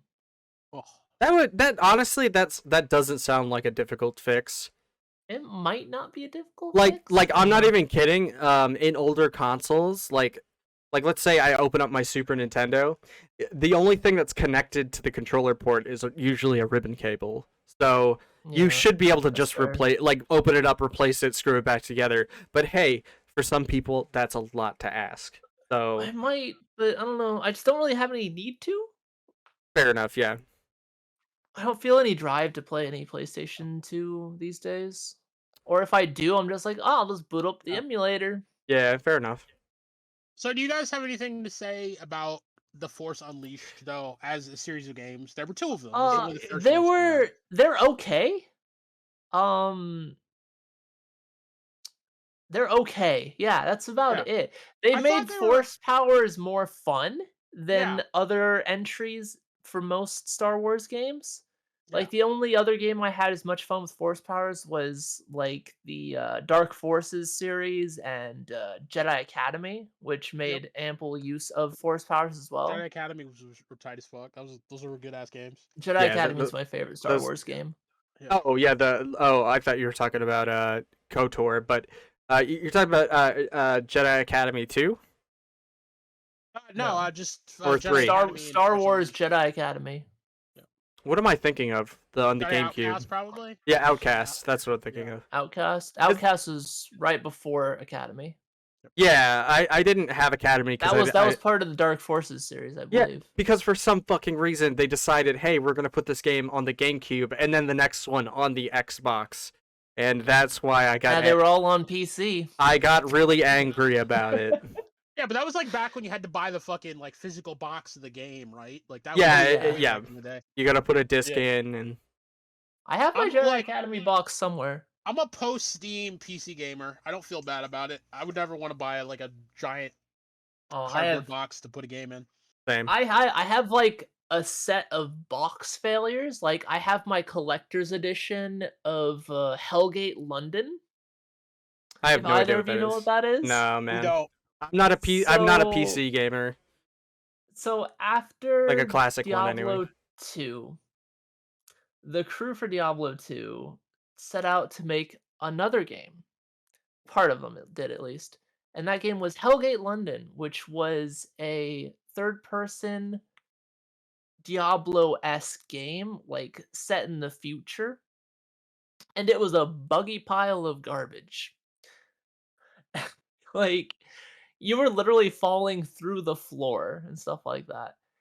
But the core of it was okay. In fact, the core was so okay that another company, like some Chinese company, ended up like buying it and hosting it on like their free games thing and like giving it a few updates. And it kind of lived on for a few more years on that. Mm-hmm. But other than that, it was considered a colossal failure. I think the only like actual disc-based PC game I ever had was the original. Oh my god, what's the name of the game? Fallout. I had Fallout 1? Yeah, I had the original Fallout, and I had Baldur's Gate, which Baldur's Gate, neat.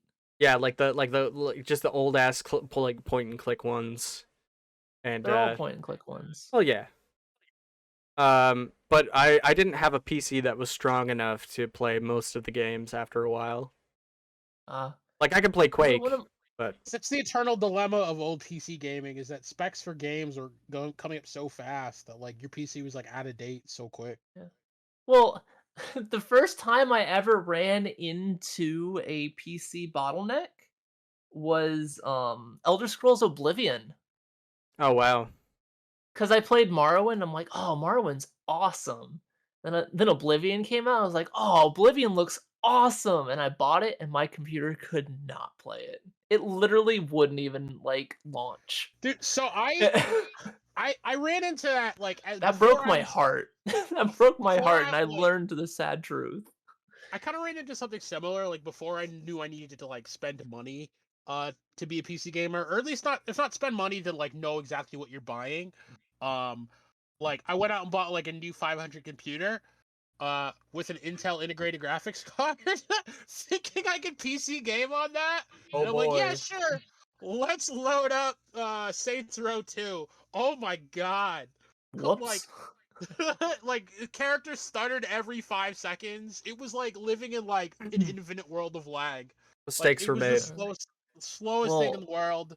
I was so sad because I just went out and bought like my first Steam game, and I was like, "Oh, I got a new computer. I'm ready to play." And then like, nope, like your graphics card ain't ready for this, kid. Well, like I was still running on a Voodoo graphics card. If you guys know what that is. Oh, I don't know. Voodoo was before the whole NVIDIA AMD thing. Oh, were they like a third-party company card or something? Kind of. They were like one of the main ones, but They basically completely fell by the wayside and were crushed by Nvidia and such. Breezel's the OG knows about it.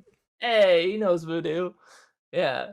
So my first card was a Voodoo card, and it was a trooper. It let me play freaking Morrowind. It didn't let me play Oblivion though. Ugh. Rip. Rip. Yeah. Hey, that's I the didn't get to life of play a PC Oblivion gamer. until like a year after I bought it. Feels bad. Feels bad, man. man. Yeah. Feels And then I bad, had man. opened it, and so of course you can't take it back because yep. everything has fucking CD keys. Yep. Okay. But yeah, no, old PC gaming was crazy. Like I remember the whole meme about how like can your PC run Crisis? And My PC could not run Crisis. It's still a meme to this day. People still say I mean, that. well, now most PCs can run Crisis, but But like, does it then, run like, Crisis though? Yeah, but Well- then like Crisis was pushing the limits on like how many things a PC could do at once, and it was Crisis still looks decent. Yeah, That's the thing. That's how far ahead of the curve Crisis was. Crisis at its core was just like a glorified tech demo. 100%. God damn. And amazingly done at that. It was a game in quotes, but it was very shallow. Yeah. And it I've was never just played it. trying new shit. Yeah. Speaking of which, Crisis 4 is on the way. So if you're trying to burn out your 3060s and 3070s, get on that train because it's coming. Yes, I mean, Crisis did sell the CryEngine very well. Yeah, I don't think they'll be able to top what they did last time, but I mean, it was a strong tech demo. Yeah. Well, I mean, like, I assume Crisis 4 is going to be on UE5 because CryEngine is defunct at this point. So, I mean, unless they have their own engine, but we'll find out. Well, I thought they were working on like a CryEngine too. Really? Well, maybe. I haven't heard about that, but cool stuff. Anyway, the final thing I will say about The Force Unleashed, which is a video gamey-ass video game. It is a video game. Is that is true. Those games, specifically, I think 2, have the single most insane visual Star Wars feats in existence, and that is when Dooku uses like force powers to like stop 2 like Imperial cruisers in I remember that. bring them down, and pull them into the ground. Yeah, and I'm just like, okay, if every person can do this, then like, why is the Emperor like winning it all? Like that was insane. Because they needed to sell copies. Damn it. Oh my god! But not everyone could do that. That's but like that was such a video game ass moment. I'm like, really? Okay, the Force can do this. Yeah. Then why like 30 years later has Han Solo almost never heard of the Force? Like it's ridiculous. Star Killer was special, right? Yeah, he was exceptionally strong with the Force. So special, he's been written out of canon. That's how special he was. Look, a lot of people have. My favorite Jedi was written out of canon. So extended universe doesn't count. Correct. Yeah. But yeah, that was. It's not like he trained Luke Skywalker or anything. Whatever. Yeah. Fuck that guy. Kyle Katarn. Who's that? Yeah. Wait, Luke trained Kyle Katarn, right? Yeah, Luke. No. Didn't they train at the same time? No. In Jedi Academy, Kyle Katarn trains Luke. Oh, I thought they trained at the same time. No, because I thought that Academy and Jedi Outcast took place after Revenge of the Sith, right? Return of the Jedi. Return of the Jedi. Yeah. They did not. They did not? Mm-mm. Nope. I mean, Kronos sounds pretty. Why is he wearing that black costume? I want to trust him, but in my memory, like Luke definitely trained Kyle. But whatever. Then who the fuck trained Kyle Katarn then? Basically himself. There were like various Jedis that trained him. He also took down Jarek, who was like one of the most powerful Sith ever in existence, because he took over the literal source of the Force. Maybe the Jedi from Star Wars Fallen Order trained him. We'll throw that reverse. Maybe. But anyway, I'll do anything. Kyle Katarn, come back. I know, right? Badass bounty hunter turned Jedi. Hey, I'm just happy there's a live action Ahsoka now, because Yeah. she looks badass. She looks even cooler in live action. First of all, you know, it's Ahsoka cool, pretty cool. I mean that the actress, you know, is pretty hot too, so you know it doesn't hurt. That's fair.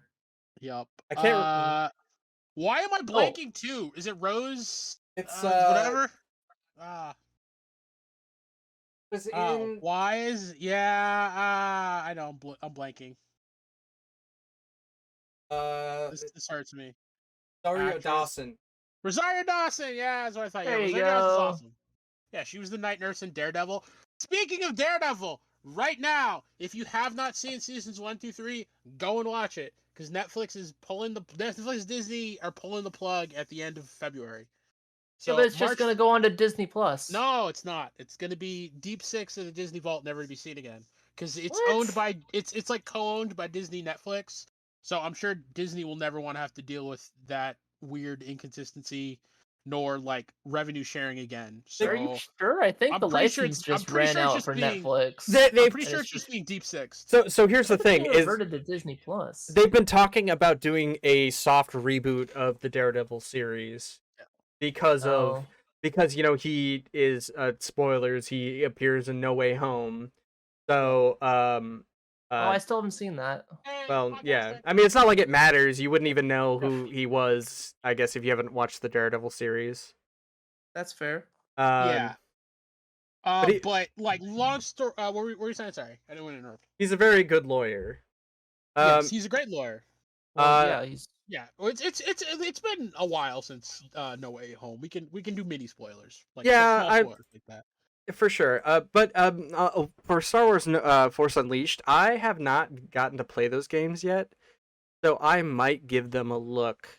They're all right. I would recommend playing them on PC over than playing them on Switch, obviously. But they do exist. Yeah, I mean, if I'm gonna if it's on PC, I usually play them at real graphics. But play them at real graphic. Long story short, to finish up my PSA is if you had not watched any of the Netflix, Disney, Marvel content, Jessica Jones, before now, at least go watch Daredevil, Jessica Jones, and probably Punisher. Everything else, you don't have to watch. Luke Cage was fun, a little bit. It was okay. The character's good. The writing's not good. But like you gotta at least watch Daredevil and Jessica Jones. Those are both amazing. I kind of feel like was super enjoyable too. I feel like I haven't watched Luke Cage, I mean, yet, but I always felt like he made a really good side character in Jessica Jones. I never got the opinion I want to watch a show with his show is just terribly written, which a lot of is he boring? No, he's not boring. It's just his show is poorly written. Like, I don't know how to describe it to you other than the more you watch it, the more you're like, okay, no one was clearly trying to make an earnest show here because it's just cheesy and bad. If they were, I would have been enjoyable. Like, there's been blaxploitation takes or was that they were going for is blaxploitation? I mean, if that's what they were going for, I'll watch it. No. So that's not what they're going for. It's like if you were going for a blaxploitation movie. You took the plot from a blaxploitation movie, but took it out of the comedy. That's what. All the fun. That's what Luke Cage is. So yeah, it took out all the fun. Okay. It's not fun. Okay, it's like if you took the plot of a blaxploitation movie but made everyone 100% serious, you'd be like, okay, this is both ridiculous and not fun. You know what? I love my favorite thing about Luke Cage is that there's a comic storyline where Dr. Doom was supposed to pay him $200 and he didn't, so then Luke Cage goes all the way to Latveria and breaks into Doom's castle and beats up all of his guards and forces him to pay him $200. Oh my god, that's some meme ass shit right It there. is, dude. Well, because he's just he's a Luke Cage is a badass, and of course it's it's like Dr. Doom, so you got some balls trying to fight him. Yeah. But still, he's like, no, once you owe Luke Cage money, you fucking better pay him. Better pay that man. Fuck you, pay me, dude. The flight to Latveria was probably more than how much he was being paid. It's about respect. Oh, It's about the more. respect. You put some respect on Luke Cage's name. It's not about the money at that point. It's about the fact you didn't pay the man. Dude, Dr. Doom is like an amazingly strong villain, though. Like I can just imagine Doom saying that. I can just imagine Doom being on the throne. It's like, wait, you flew all the way here just for 200? Yeah, and then he. Well, that's the thing is he started beating Doom up like for $200. Oh, that's amazing. Yeah. Oh, I love it. It was great. I love it. Yeah. What a freaking meme. Pay me. And so at that point I was like, you know what, Luke Cage, you're all right with me. I fucks with you. Yeah. It's about the respect. You go beat up Dr. Doom over $200. I'm like, oh, that's so dumb. I love it. Yeah, give me more of that. That's amazing. Luke Cage season 3 better be exactly that. That's amazing. Oh my god. By the way, Moon Knight, like, has anyone noticed that they're like referencing the idea that Dr. Doom is gonna be in Moon Knight? I haven't heard any rumors about that. I didn't catch on to that. So that would be interesting. So like if you watch the trailer, there are like certain like little Easter eggs in it, like where like they're driving a truck and on the back it says like Von Doom on some of the boxes.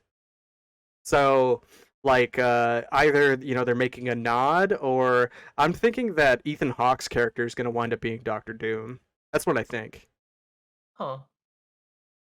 I mean, it's interesting. They need a Dr. Doom, man. I don't think they would do that, only because I feel like Marvel is still going to want to keep that, like, it's not a separation between shows and movies, but like I feel like they're gonna want to be like, if you haven't seen the shows, it's not gonna be super important yet. Yeah. But then they kind of broke that with having Kang and Loki, so I don't even know. Yeah, but you also know that they're rebooting the Fantastic Four inside the and again. And they cast. Don't you mean again? Again. And there's the YouTube movie that never got released. Or not? There's a movie. There's like the 1980s. Yeah, the 90s. The 90s Fantastic Four that never actually got released to the public. You can watch it though. It's out there. You can watch it on YouTube. Yeah, it's out on YouTube. That would be 3 reboots then. Dude, I tell you what. I went down a Fantastic Four rabbit hole recently, and I was like, you know what? I'm gonna watch all the original movies. Actually, the second, The second Fantastic Four movie isn't on Disney Plus for some reason, but the first one is. And then I watched Fan Four Stick.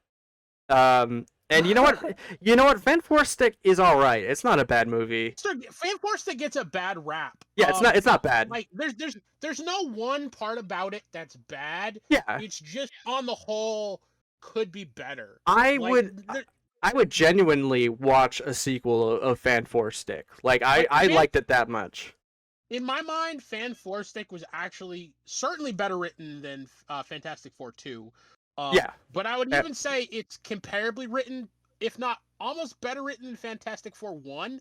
It's just Fantastic Four 1 was a little bit more enjoyable. Well, that's the only difference. Like you could definitely and then like obviously, watching Fantastic Four, the original movie, like with Jessica Alba and stuff, you could literally just watch all of the growing pains of like superhero movies and how like the idea wasn't quite there yet, but the formula hadn't been perfected yet. That's definitely a superhero movie of its time where that feels like an early 2000s superhero movie, and Four Stick feels like a later superhero movie. I mean, at the same time we had X-Men 2. Yeah, but that also had problems. Some people get it right. Like some people, even though it's not perfect, it's still good. The first show. Like that's what the X-Men movies were. That's what the first 2 Spider-Man movies were. Like, okay, again, I think I've told Quintessence this before, but I don't like the X-Men movies because they disrespect so many characters just to give Wolverine the spotlight. Where, like, the X-Men are a group of people. It's not about Wolverine. It's not the Wolverine show. It's not the Wolverine show, but that's what it wound up beginning. Some got killed off screen in X-Men 3. I've said this before on the stream. Dude, not only that, an insult. But they made that. Not only that, but like they made Cyclops look like a bitch, like every chance they could. Yep. and like he's an important character in the X-Men. And not to mention like the weird things they did with like what was it, Colossus and Iceman and Rogue, and it's just like they didn't quite get those characters right.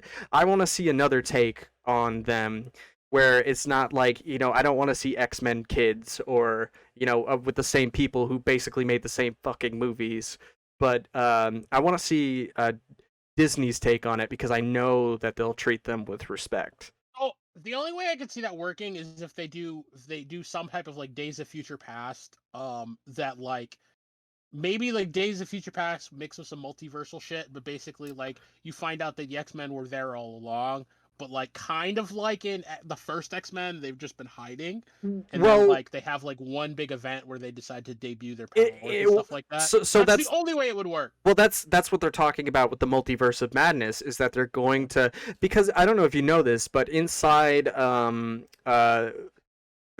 2 Let There Be Carnage, they do address that mutants are a thing. They didn't call them altered beings like they did in what's it called, Avengers 2. They called them mutants, and that was Screech.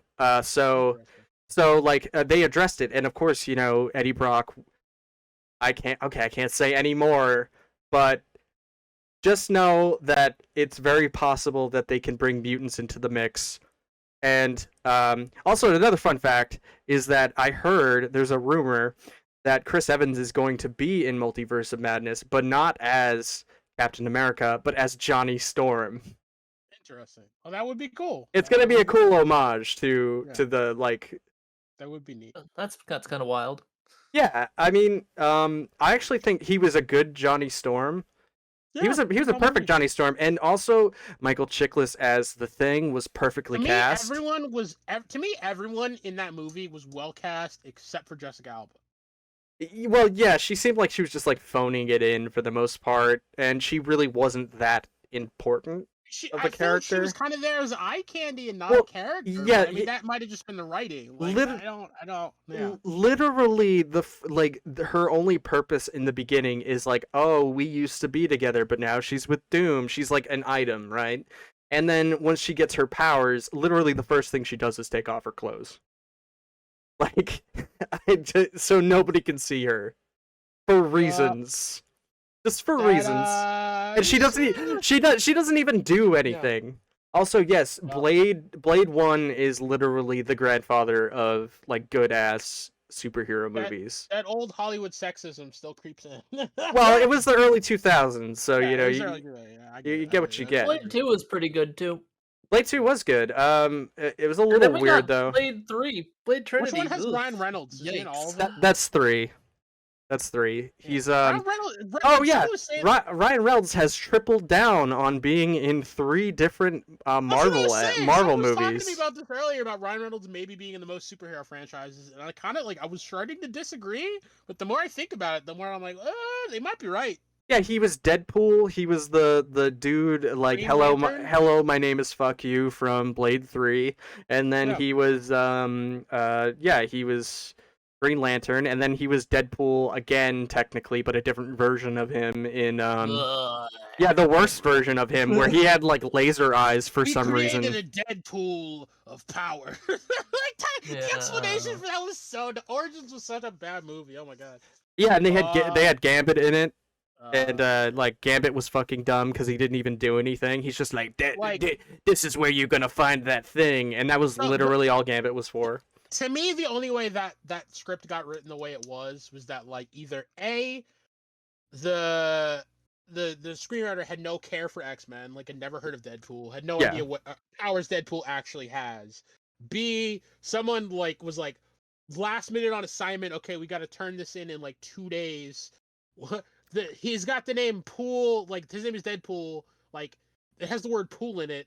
We'll use him to be a pool of other people's powers. Just like so many like random just dumb ideas going into life. You know what? You know where all the Deadpool like you know what the problem was why Deadpool wasn't fleshed out is because they needed to give Will.i.am more screen time. That's what it was. Shit. Don't even talk to me about that. I like Will I Am.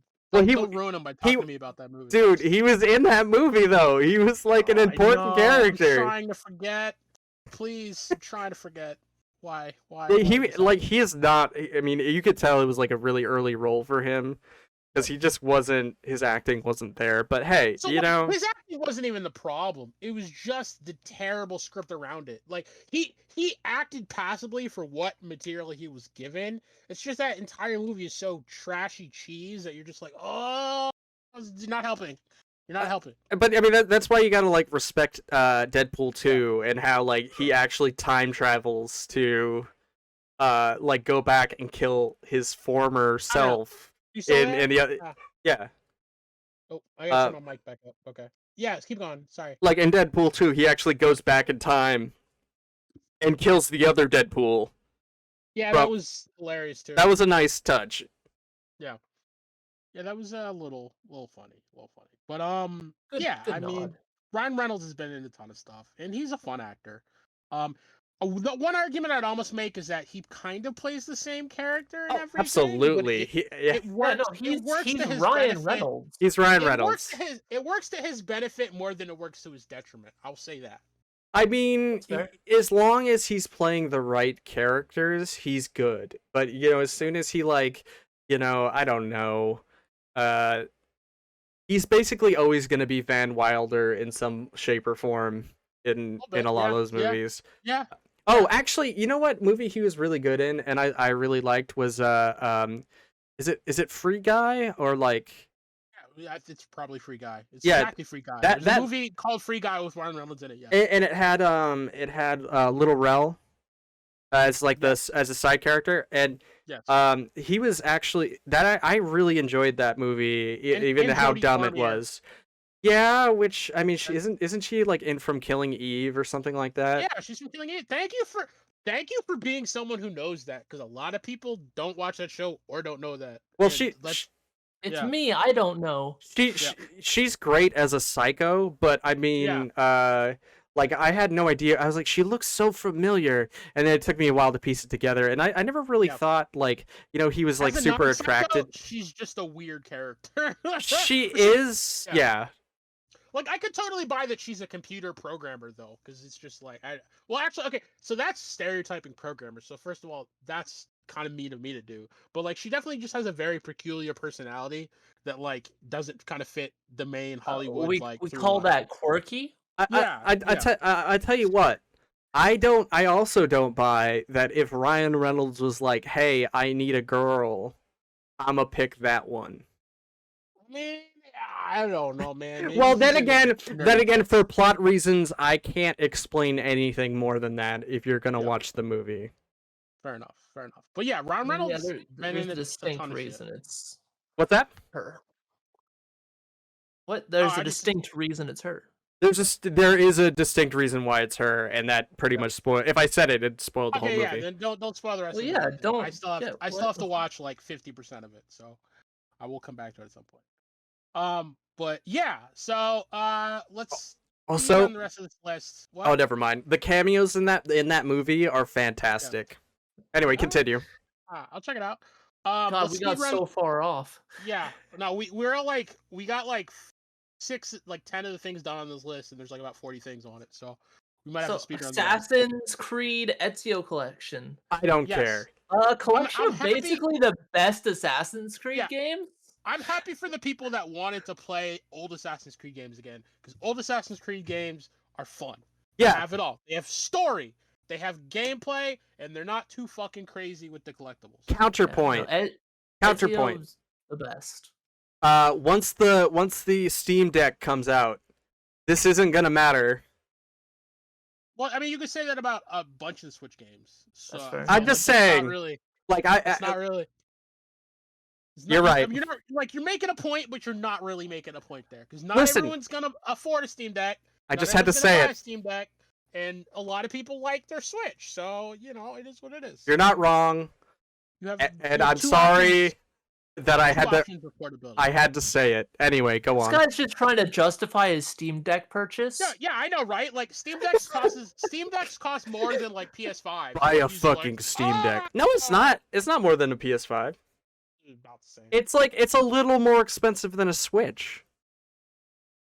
I can't remember. If you buy the highest version, maybe. Either way, it's an expensive thing that is more expensive than the Switch. Yeah, So okay, yeah, fair enough, fair enough. And I don't have a use for it because I have a computer. True, but then you know you don't want to play Assassin's Creed on the cloud, you know. Anyway, the whole thing is portability. Anyway, moving on. SD Gundam Battle Alliance. I never watched SD Gundam. I think they're cute as fuck. Someone talk about it real quick. SD Gundam, the TV show, was great. I really liked it. I always had fun watching it after school. SD Gundam Battle Alliance is just more SD Gundam. Generally, they're just a turn-based Gundam battle game, and they're pretty fun. Like the same tactics ones you had me play before. Like, dude, kind the of. one he knew how to play in Japanese, you mean? That like we didn't even actually know Japanese, but yeah, no, and it's not like that one. I just had to figure it out. Shit, bro. Yeah, I remember that. Yeah, I was sitting there like, what am I doing? And then he had to sit there and walk me through everything that was going on. I'm like, oh shit, Quint, you've played this a lot. If you know all of this means, and none of it's in English. Yeah, a little bit of play. Damn son.jpg. That's commitment. .mp3, I should say, but yeah, it's just more SD Gundam, turn-based battles. Word. SD Gundam character interactions. SD Gundams are adorable. I'm still sad I don't own a PS4 or 5 so I can play Gundam Maxi Boost because I really wanted to play that fucking game. But that's fair. I never bought that game, unfortunately. I played the demo and I just wasn't super into it.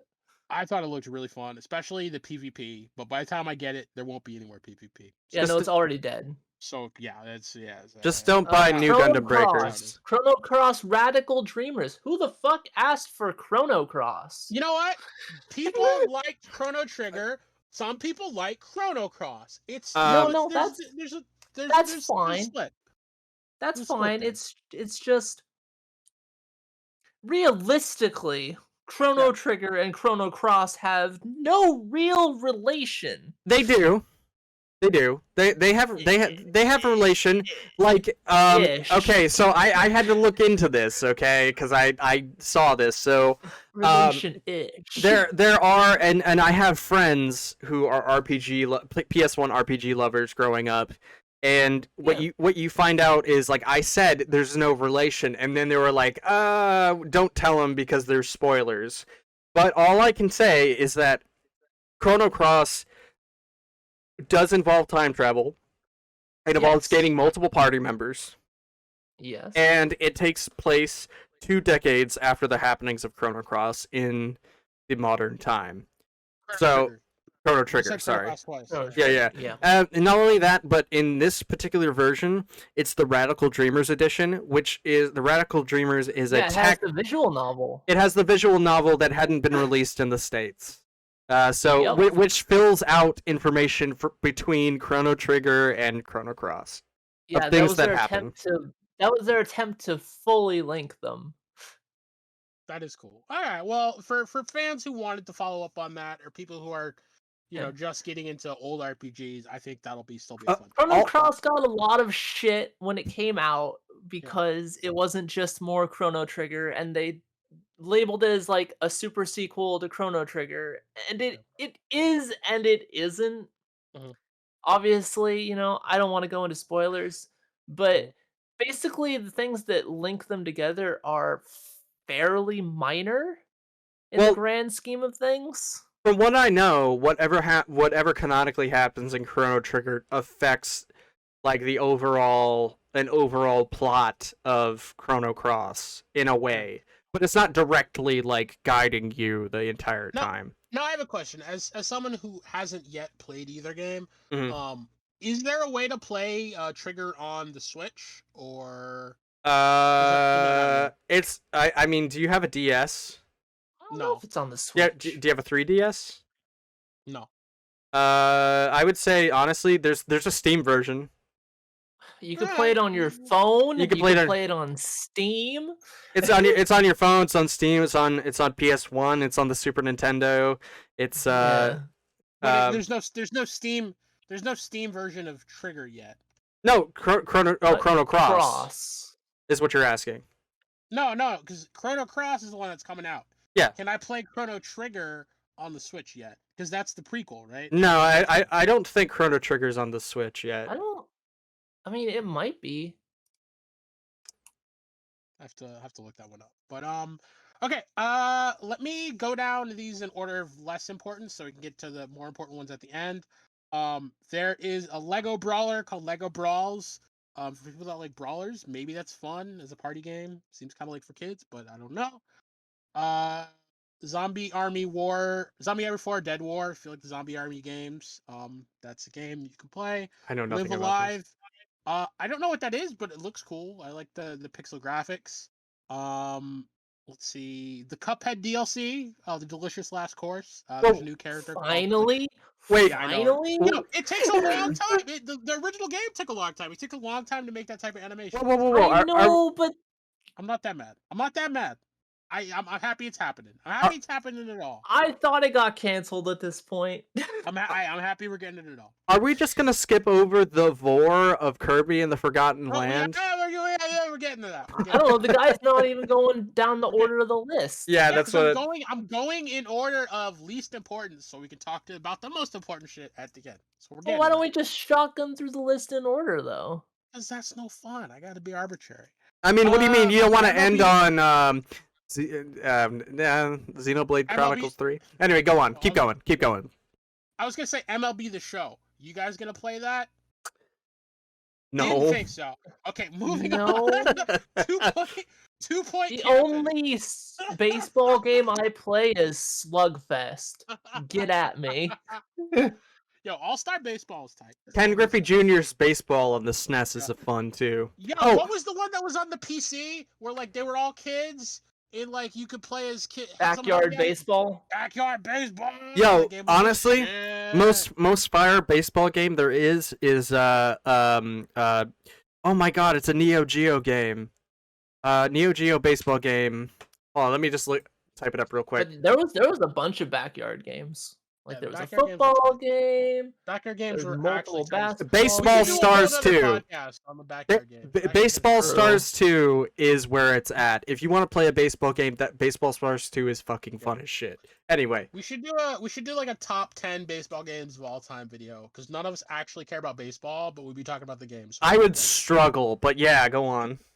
But no, that'll be another time.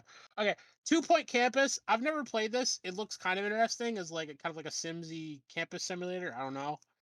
I enjoy the 2 Point games. Yeah, personally, 2 Point Hospital's really fun. It's just like a real tongue-in-cheek, like I got you, little ridiculous, like hospital / doctor's office kind of simulation thing. And 2 Point Campus looks like more of that kind of tongue-in-cheek stuff, just like ridiculous interactions. Yep. Sim level nonsense. Okay. So let's talk about this other way. So Nintendo Switch Sports. Nintendo Switch is getting a Wii Sports game. It's not going to be called Wii Sports anymore because we're not on the Wii. We're on the Switch. But we're getting a Wii Sports for the Switch. So how are you guys feeling about that?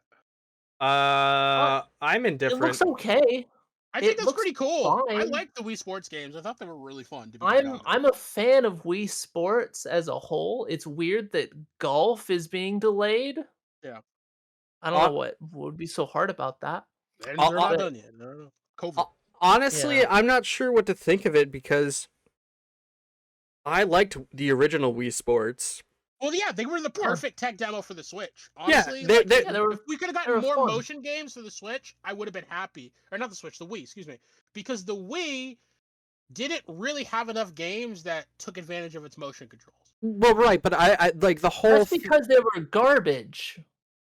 I mean, Wii Sports was still fun.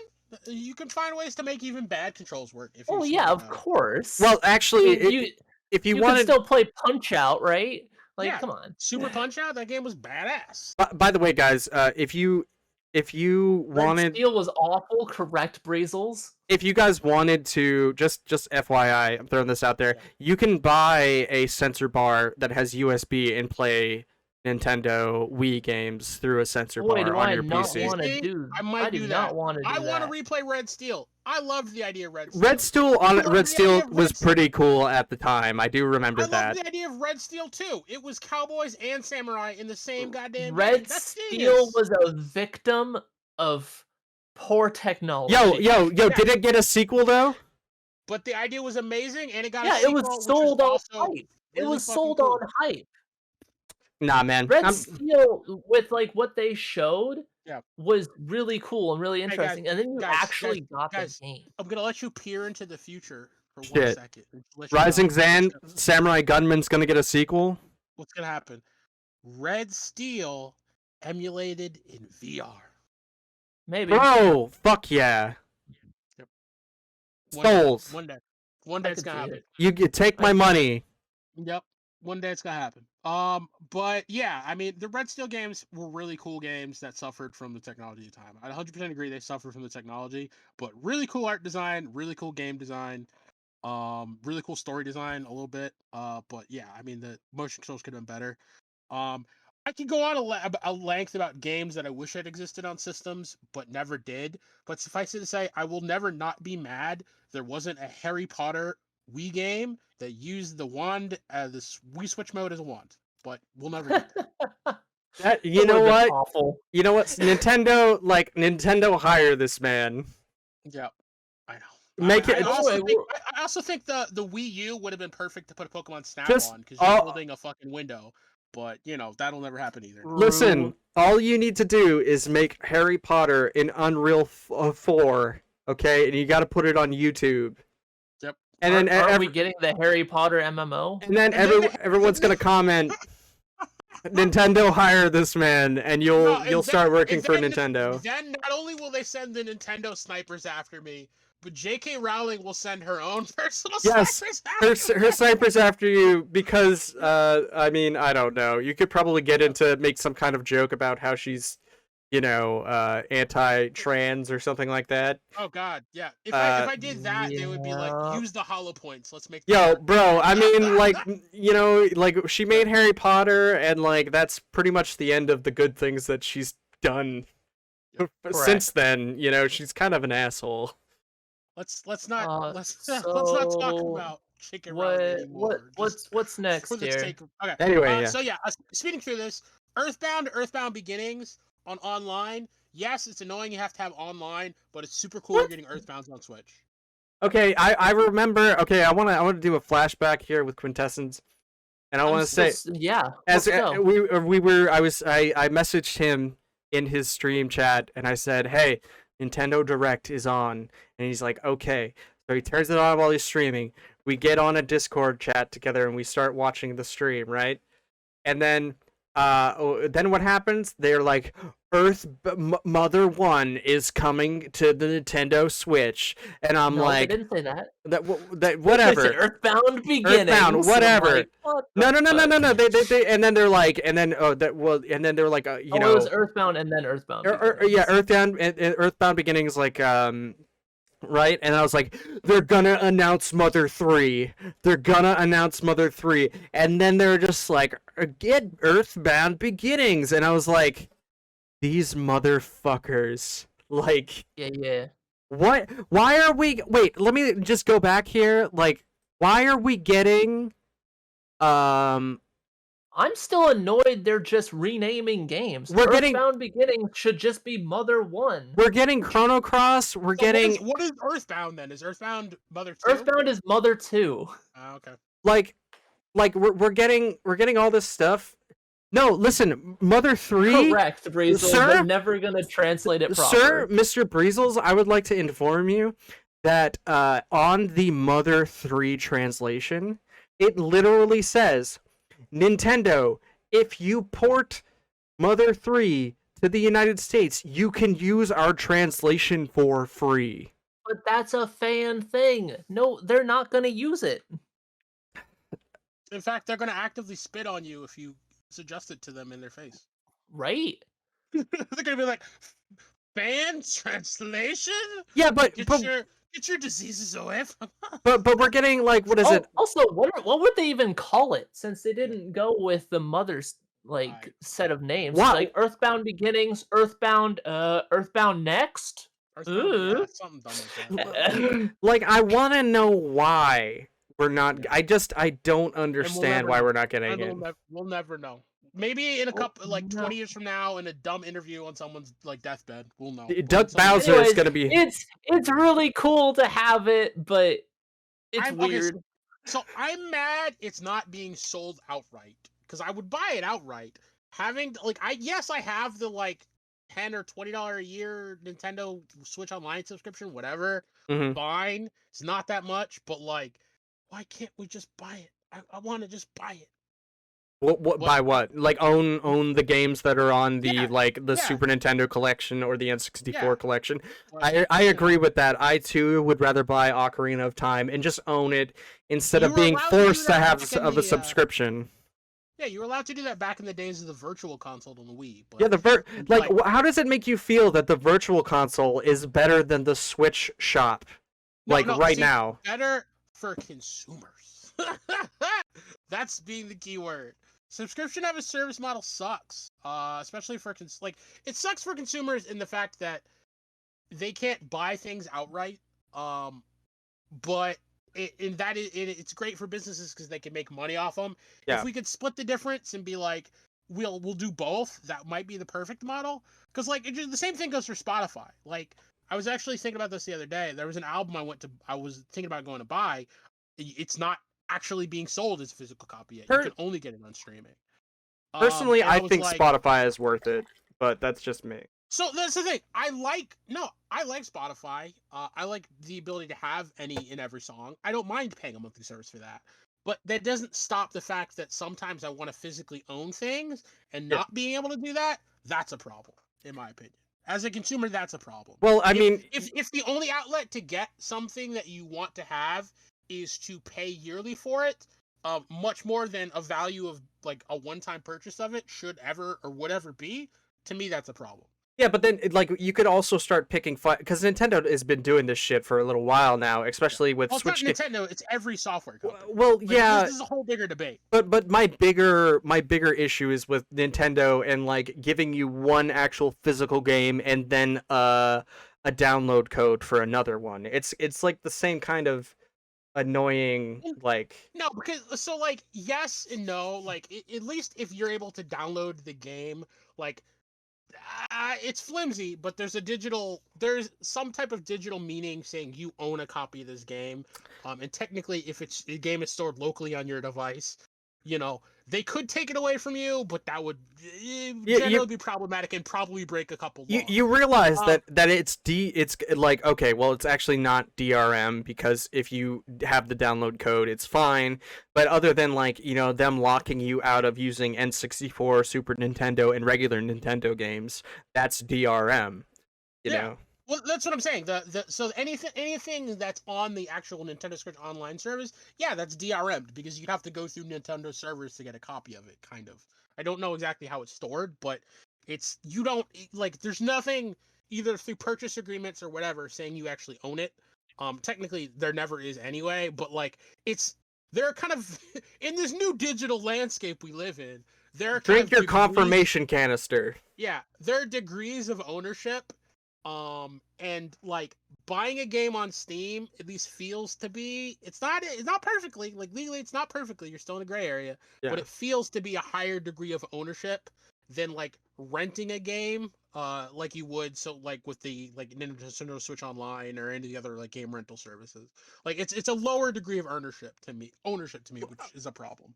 I also hate the idea that I've had games that I bought for the PS3 that got I deleted it off my hard drive because I needed to make space. Yep. I came back a couple of years later to download the game. Yep. And it didn't exist anymore. Yep. So I spent money on a game that I can't play. Imagine if you is that you? Imagine if you did, well, they fucked Scott Pilgrim up again. Anyway, I'm still disappointed in that port. My point is my point is that like there needs to be better ownership rights of things in general. Like to me, the right of buying something and owning it in your possession needs to be codified in law. And like, yeah, it's not if you like own it, it can't be taken away from you. That needs to be a thing. Digital media is like like the companies still technically own the digital media. So, and that's the thing. I think ownership law needs to be rewritten to be like, if I purchase, like it needs to be the best model for both consumers. Good luck with that argument in the government. I know. But we would never make it on Games Done Quick. We cannot speedrun for shit. No, we can't.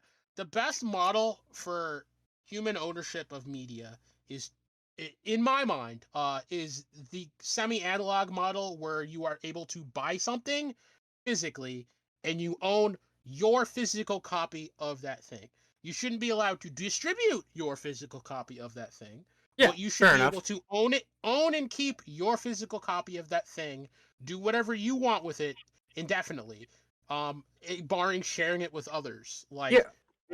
And like others, I mean, like you can hand it out to your friends, but you can't like keep passing it on to everyone in the world.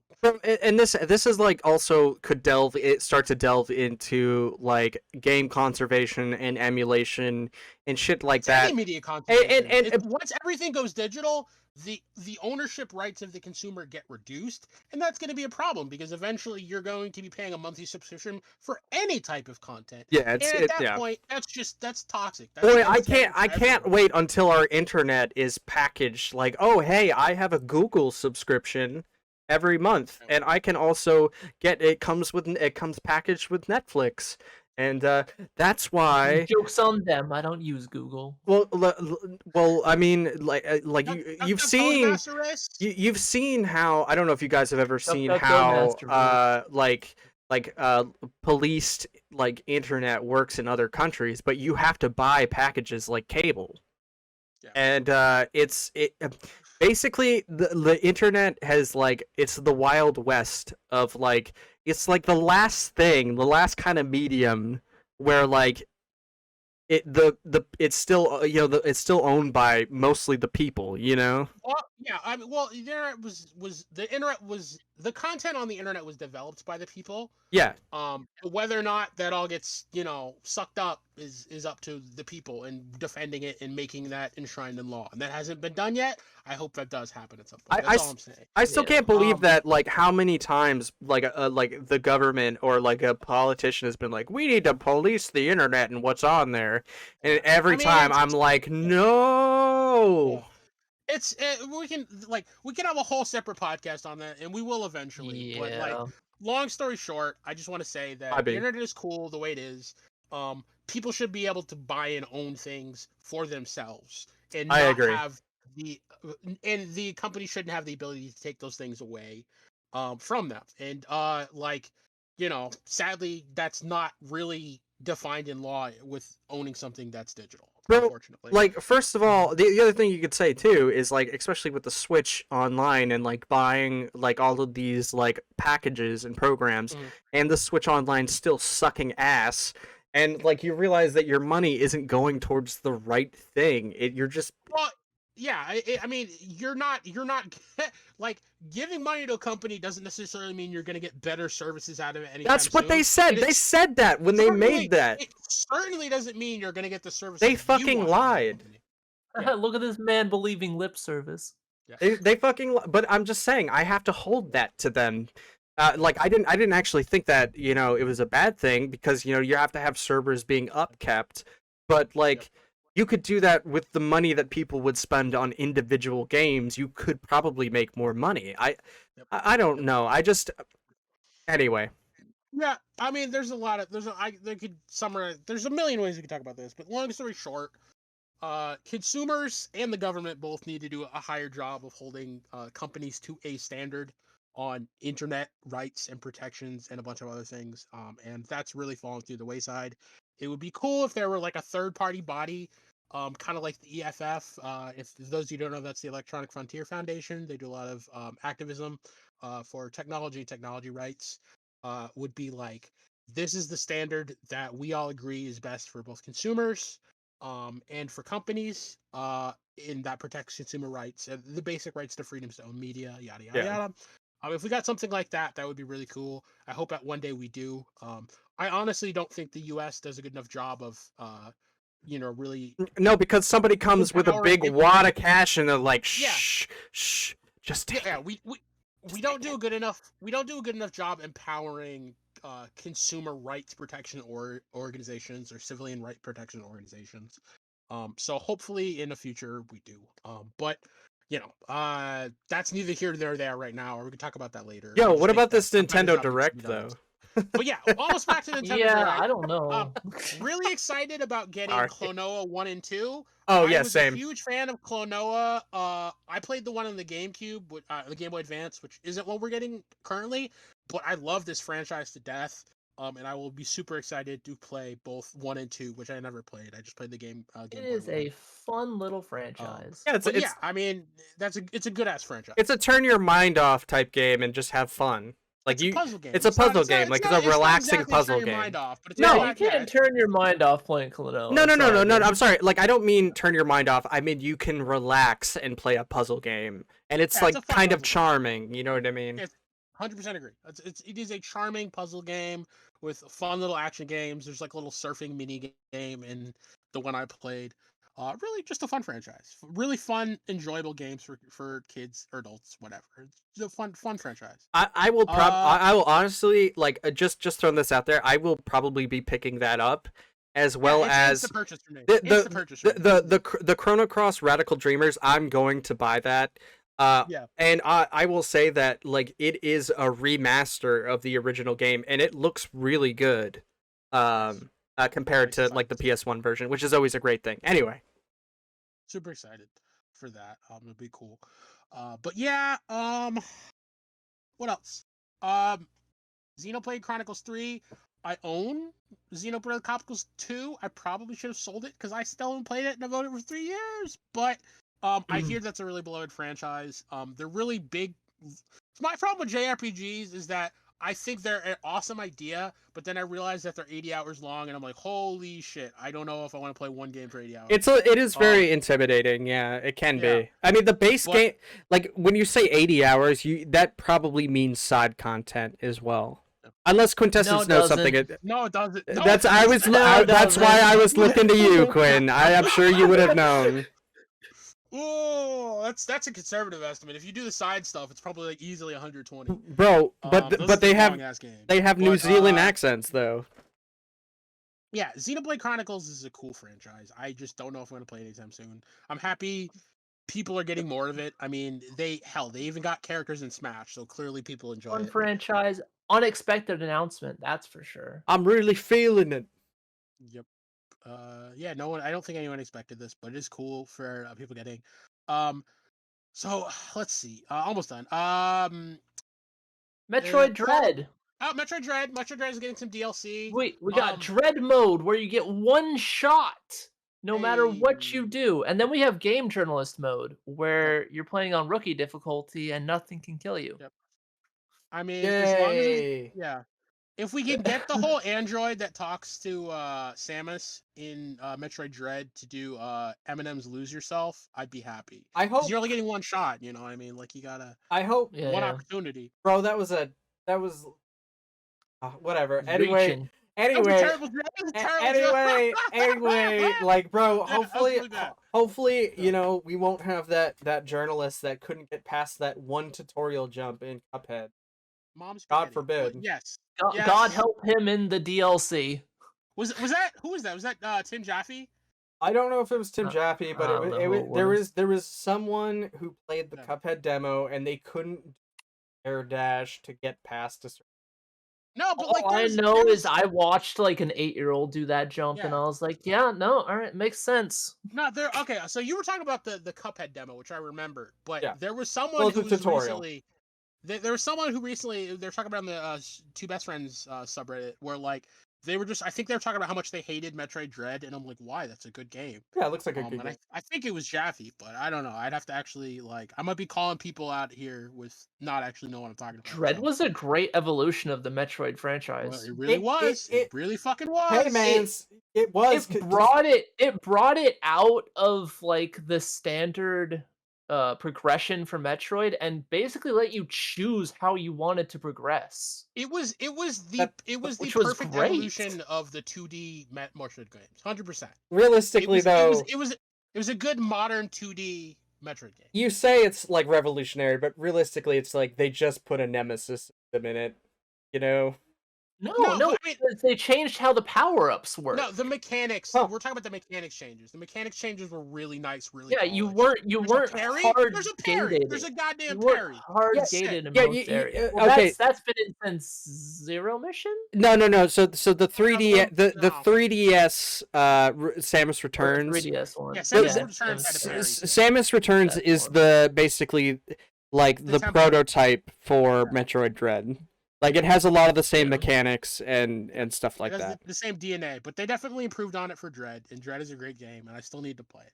Yo, where's my fucking Metroid Prime 4? Dread gives you even more freedom than Returns did, which is nice. I know they could at least release the Metroid Prime 1 through 3 on the Switch. I know they could do that. You know, but maybe. No, they like. I mean, you know, if they can run PS2. So what's next? What do we got? New Taiko no Tatsujin. I love the Taiko no Tatsujin games. I think they are most fun played in an arcade with the actual like big drum setup. Yeah, I don't see the draw of the home console Taiko. So you can play it on the Switch, and you can buy a USB drum that works with the Switch. You can annoy your parents at home.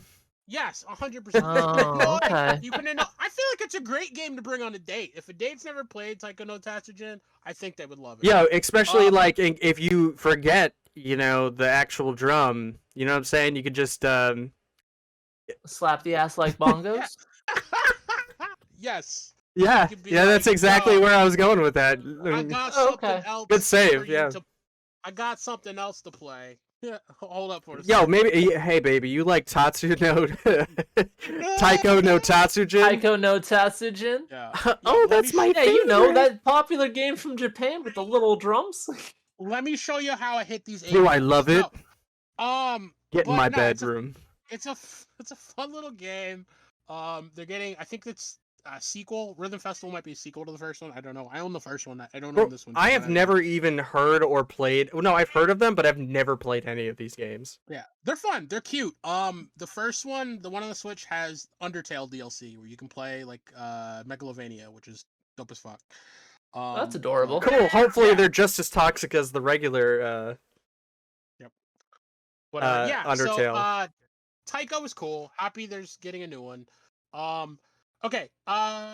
Real quick, does someone wants to talk about Kirby? I know Kirby. We can also call him now Carby. Carby, baby. But yeah, I mean, this is crazy. Even more crazy than like what we saw in the earlier trailers. Like he can do a bunch of shit. Like even turn into like shapes now. It's crazy. So Kirby's gone full bore, man. I felt like watching Kirby's body be stretched out over a car was a little bit weird. But I'm on board for the experimentation. You know what? I thought like at first when he started absorbing that car, I was like, oh, he's just gonna like make his own version of a car. You know what I mean? But then it was like, then he just like stretched it over like a condom or something like that. And then just, you know, became, you know, the Kirby mobile. His legs were flapping. Like I'm still not fully sure how, like, I have so many questions on how he's actually driving that thing, because he's only over the top half. Like, how is he power? Anyway, it doesn't matter. One can ask an endless amount of questions. Like maybe he holds the because you know Kirby doesn't actually like when he sucks things in. It's not into his stomach. He has like an entire portal dimension. Yeah, he's a black hole that like he can access things and like powers from. So like it's a whole thing. But yeah, maybe that's how he gets the car powers. I don't know. Either way, we also know he can use it as storage from the anime. Yeah. Either way, this is nuts, and this game looks fun as fuck. And I hope game looks crazy. half as good, if not better, than Mario Odyssey. Because if it's that good, I'll definitely buy it. I will personally, I will be purchasing that game because I want to play an open world Kirby game. Not to mention the aesthetic of the game itself is way different than any of the more recent Kirby games we've seen in a long time. Like actually ever, I think. Like it just having it look like it's like Hokuto no Ken, like post-apocalyptic world. Like I'm so curious to see what the hell and why that happened. Yeah, no, it looks really cool. I don't think you'll get the deep lore. I don't think you'll get the dark lore. Why? It talks a little bit about that. You can look it up. But well, I this mean, this just kind of confirms the fan theory of Kirby being after civilization. Yeah. Yeah, it's like, but that's what I'm saying is like he's around humans, which he's never been around humans before. He's just been around other creatures that were similar. In the show, he was around. In the show, I mean, Painting Girl. I'm talking about the games though. Yeah. Painting Girl. In the game. Which one? From which game? The artist. Yeah. What was it? It was SNES. It was the collection of Kirby games. Oh, Superstar? Yeah. Oh, let me see. But yeah, either way, this looks really cool. I'm happy. I'm happy about it. But I mean, Breezels, does any of that look like Planet Earth to you? Like, even like nothing about it has ever looked like Planet Earth. It always looks like you're on an alien planet. Shiverstar, yeah. So anyway, yeah, I'm down for more Kirby. Kirby and what other cool vending machine Kirby? Whatever what other horrors he can muster Kirby? up? Who knows? Cone Kirby? Nintendo said yes. 747 Kirby? Oh yeah, that's right. They had a fucking cone Kirby, and it looks stupid as shit. Oh yeah, it's great. And he uses it to like hit a pipe. Yeah, I'm interested in how much like nightmare fuel this game will be. I'm very excited. It looks like it's tons of nightmare fuel. That's why I'm like curious. Yeah. Portal Collection. Yeah, so I was gonna talk about this. Nintendo like called up Valve and be like, "Hey, yo, you got any old games for us?" And Valve's like, "Yo, I got you." Yo, fam, we got some shit we ain't never gonna use again. So here you go. we keep trying to give it to our Steam users, but they already have it. So... Literally everybody on Steam has Portal, so yeah, and Portal 2. We can't sell them anymore. Well, yeah, so here you go, Nintendo. What else? That's cool. Nintendo's Portal now.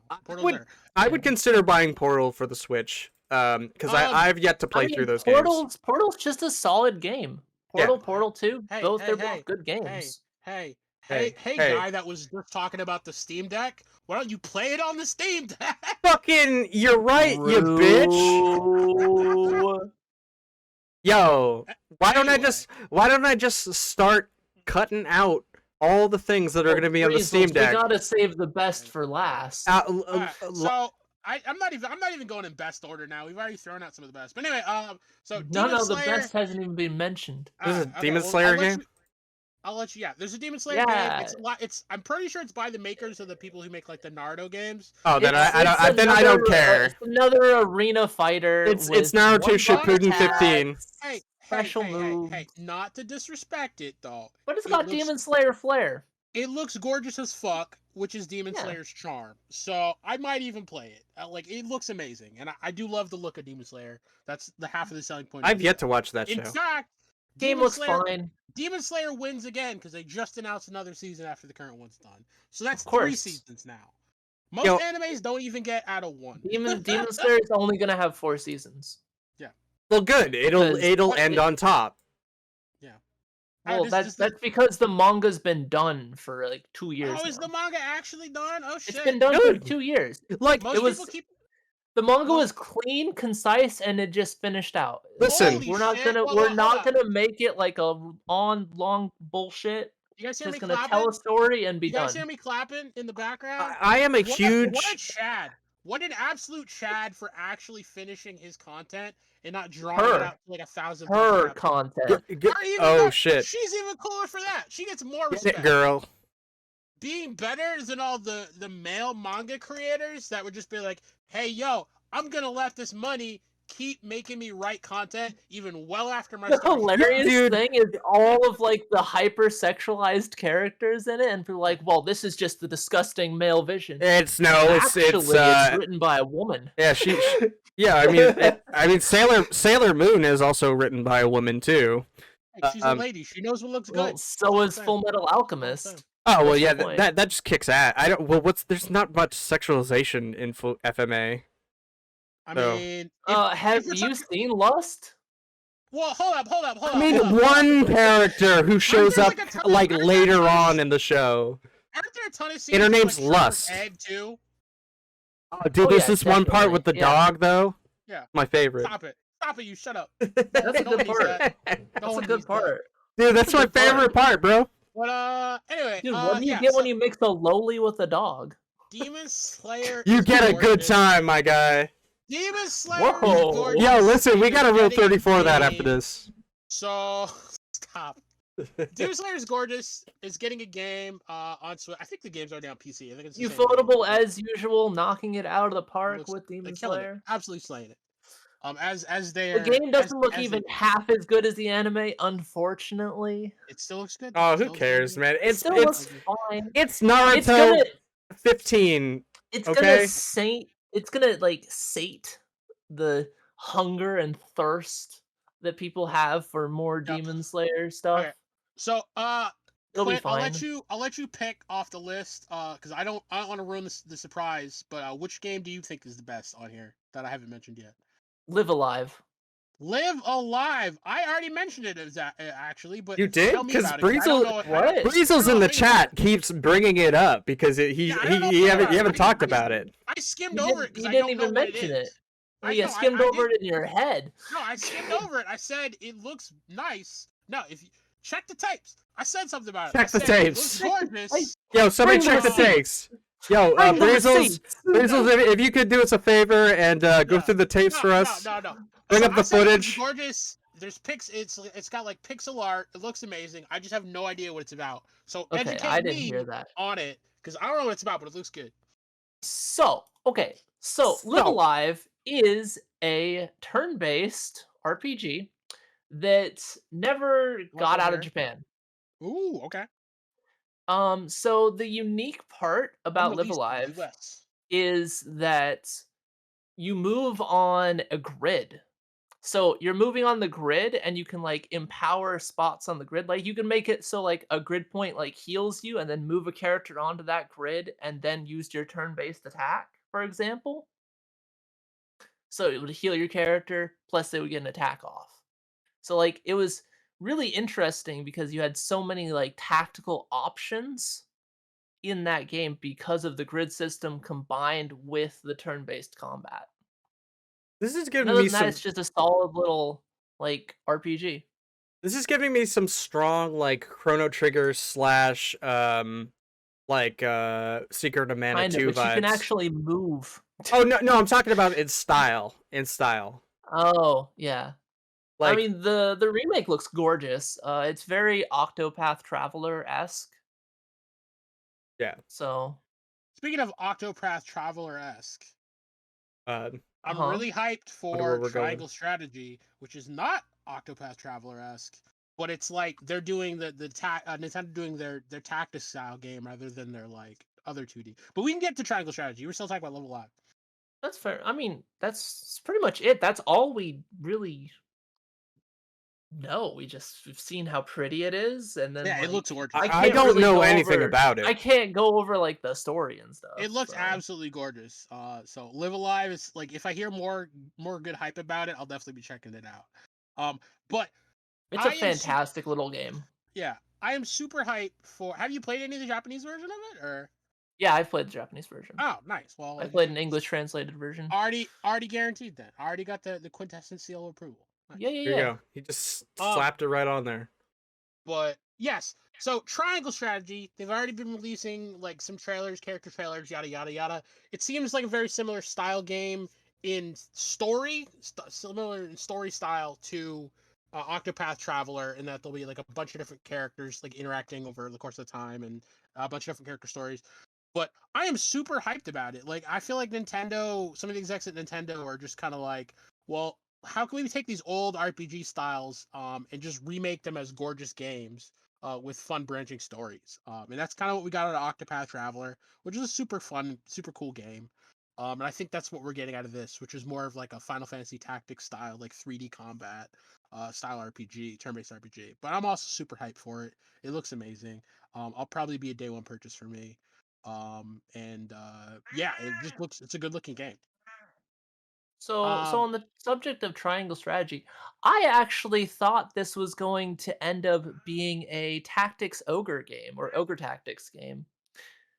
And when you say tactics ogre, that like such a I think it's ogre tactics. no. I think they changed it. Like I think in Japan it's called tactics ogre, and then in the States it might be called Yeah, no, that's right. Yeah. yeah. So you're not Yeah. wrong. That Yeah, no, fair enough. But yeah. yeah, no, I thought Triangle Strategy when like they first showed it was just gonna be another one of those games, and then it's like, oh no, it's actually just something new, Triangle Strategy. Oh, that's odd, but I'm game. Let's see where but we it, can it go does with have a this. similar style to those games. Yeah, like a similar Yeah, like yeah, layout no, style. Yeah, very much, yeah, yeah. yeah. No, I'm excited Similar for it. art style, similar layout, similar like Yeah, story based on the demo that we played. Like no, I love RPGs like this. it So feels like it was like a canned tactics ogre game. You know, I mean, but it's got the Nintendo flavor. Okay. now that I'm actually looking at Kirby game again because I'm watching the. I don't Mhm. necessarily know that this is going to be worlds. I think it's going to be kind of more like very I think it's gonna be more linear. linear than people Linear, think. linear open I think it's design. Yeah. yeah, I think it's going to be more like Mario Odyssey type deal. I mean, Mario Odyssey was pretty open. Yeah, but I mean, it still had like very It tight looks less perimeters. open than Odyssey, It looks actually. it looks like it has tight perimeters in which like where you can travel, but still you Yeah. have a lot you can do in each Yeah. area. I think that Yeah. I think the term open world is thrown out too Oh, casually. he has a light bulb. There's a difference between like an open world like a Skyrim and an open world like the kind of Odyssey or like kind of like linear open games where like or even like kind of like a 3D style Metroid game where they're like you can go anywhere but they're definitely delineated areas, you know what I mean? I don't know. Yeah, I of think open course. world needs to be kind of like classified a little better. Well, Um basically, I see open world these days as long as the game's not like a fucking hallway crawler and you can have like some kind of exploration, it's practically open world. Yeah, if you can revisit areas, then that's already a level of openness. You know I what I feel mean? like open world is just how video games. I feel like that word is just kind of Yeah, like that's fair. that's just the standard. Mhm. Um, not to say the obvious. Oh, that's fair. Uh, but yeah, so cool stuff though. Excited for that game. Yeah. What Mhm. else? Getsu Fumaden, which I'm actually let me see if I can pull up the official title for it. So it's called Getsu Fumaden Undying Moon. And reading the description on Nintendo Life, because I was immediately struck by the art when I saw this. I love the art style. But apparently it's going to be kind of like Konami's take on a Dead Cells style game, which I already love Dead Cells. Um, from what I'm reading the description, apparently Dead Cells is still better. Like Nintendo Life wasn't too keen on it, but I really, really like the art, so I might at least get it to try it. And Yeah, it yeah, looked interesting, but not a yeah, buy for me personally because yeah, I'm still pissed off at Konami. yeah. I just love me some good like 2D Dead Cells games or 2D like roguelikes or just 2D action platformers. I'm a huge fan. Yo, Yeah. did you get to try what's the name like Wait, isn't the game out? Severed Steel or something Uh, like that? no, The one with the grappling no, not yet, hooks in the not yet, no. okay, fair enough. Yeah, yeah. It's Getsu Fumaden's out. is it Oh, it's really? I already didn't out. know. Yeah, it's already out. It was released February 9th. Oh, okay, so yeah, it already came out. Cool. Yo, But yeah, Nintendo Life called it Dead Cells Yukio E Edition, which is like that Japanese art style. So that's pretty funny. I gotta use the restroom, guys. I That's will neat. be right back. Sure. Hold it down. We will hold it out. But so yeah, did you play anything new other than Lost Ark last week? Quintessence? No, not really. I've Yeah. been pretty focused on Lost Ark. How many hours have you put in so far? 26. Damn, son, doing work. What level is Yeah. your character? Like, how fast is the character leveling? I'm really taking my time. So Yeah. I'm like level 42 right now, I think. And what's the current level cap? Like 50, 99? I don't The know current anything about the level game. cap is 60, Mhm. but the soft cap is 50. Got it. So like the extra X levels after 50 are more supplementary than required. Yep. Okay. Cool, cool. Well, no, it definitely looks like a really sweet ass game. Like so much so that like I Yeah, don't even know it's what really class I cool. want to play yet. What class have There you been playing as? I'm paladin currently, and that is a support class unexpectedly. Some people are gonna try to DPS paladin and it just doesn't really work apparently. So, that's Are just you kind of gonna how it is. are you trying to DPS paladin? No, I'm support. Okay. All right. Well, right now we're leveling I'm DPS, but you Yeah. can respec all your stuff at any time, so Oh, they encourage, experimenting. cool. I really like games that do that. Like I hate being locked into builds.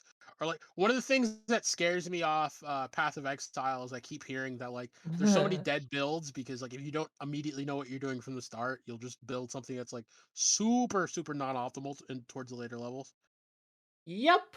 No, as a Path of Exile player, that is pretty damn accurate. You literally want to like follow a guide on your first character. Yeah. There's no getting Which around that. yeah, that makes me kind of sad. Like I mean, granted it definitely respects players that know the systems, but at the same point like it's definitely like why don't you just let people mid spec regame then? Like it definitely has like an unfun factor to it. Oh, you can respec. It's Yeah. just you gotta pay. Uh So you have to have orbs of regret, which are fairly uncommon item. yeah. So Also yeah. do you have to pay for orbs of regret? Do you have to spend money on orbs of regret? Oh no, there's no things you can buy with actual money. But Oh. you would use your in-game currency to buy orbs of regret to fix your Ah. character. Damn. So there's Yeah, multiple levels of regret there because not only do you have to it's like true. spend the money, but you also have to find new orbs of regret or something like that. Like, how do you Yep. get the orbs of regret? They drop off of enemies, or you can like buy them from other players. So damn, you gotta like spend money and then deal with the economics of the game just to get your orbs of regret. That's rough. Yeah, it happens. Oof. It's like twice the amount They of they give regret. you some freebies as you level. Like sometimes you'll finish a quest and it's like, "Oh, here's a book of respec." It gives you 2 respec points, which is equal Damn. to 2 orbs of regret, which is equal to 2 little nodes on your entire massive passive tree. Damn, yo. So like if you level your character Yeah, to like 90, for example, right? yeah, yeah. At that point you've spent like 110 roughly points. Hmm. And so to completely respec your character, you would need at least 110. Yo, guys, real quick. Because most likely you'd have to like repath your Yeah, yeah. passive tree. And is there any reason they don't let you actively just buy the orbs of regret outright? Like you feel like that would be the most like player friendly decision. No, they don't like to monetize anything like that. The only things you can buy are stash tabs, which is storage, Yeah. and cosmetics. See, to me, that's like That's cutting it. off your nose to spite your face, because like obviously, like it's a fun factor for enjoyment of the game is being able to spec into the way your character wants to play. So like you should be like, okay, so you messed up your character build, like you just got to pay to fix it, and like as long as Yeah. it's not too crazy, like that should be perfectly fair to me. But I Most mean, of the time you're that's not better pay to off just win, you know? leveling a new character. Yeah, see, if you've colossally fucked up your character, you're better off just leveling a whole new character. See that's a little too brutal for me. That's like, well, fuck me then. Now that's Path of Exile in a nutshell. Brutal. Jesus Christ.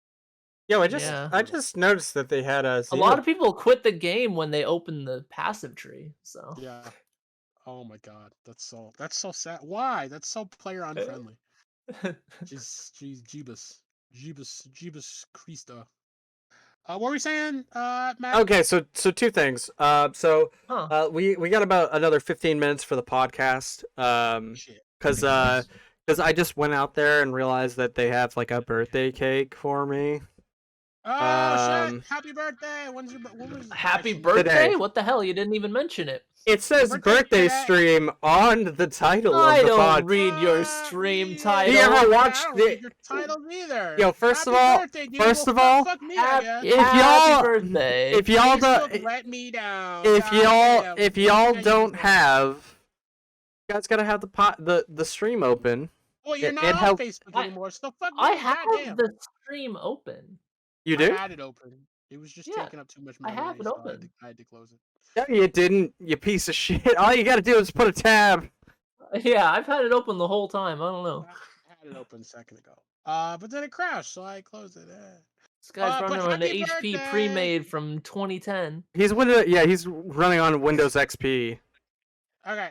I am running now. I'm not actually running on Windows Vista. This is about like Windows 8. 4-year-old tablet. So yeah. Oof. But happy birthday, dude! It's awesome. Yeah, happy birthday, old man. 1 year older, 1 year hopefully wiser. Fucking, I don't know. 1 year closer to the heat death of the universe, my dude. 1 year closer to realizing that I'm a dumbass. Aren't we all though? I feel like the older I get, the more I realize I'm just fucking stupid about things. I mean, well, no, like I feel same, like the older dude. we get, I feel like the older we get, most humans realize that I'm like, man, I could have done something better. I could have did that better. We got, you gotta live the life you best you can. You know what I mean? And like, sometimes it's realizing you made mistakes. Sometimes it's learn from your mistakes. So it's true. That's life. As long as you're learning from things, I think that's the most important part. Sometimes Sometimes you don't always optimize your build, and sometimes you got to buy those orbs of regret. I'm just saying. Dude, I'm trying. Lately, I'm trying from like bot player. I've been trying to respec, so it is what it is. Dude, that's what I'm doing by going back to school. Sometimes you just gotta do it. You gotta figure out how to best respec in the skills you want. You know what I mean? The skills you like. True. Find what you like to do. do. What play style do you really want to do? I don't know. Lately, I've been like specking into like Adobe Photoshop and Premiere Pro. Graphic design is a apparently you need to look into DaVinci.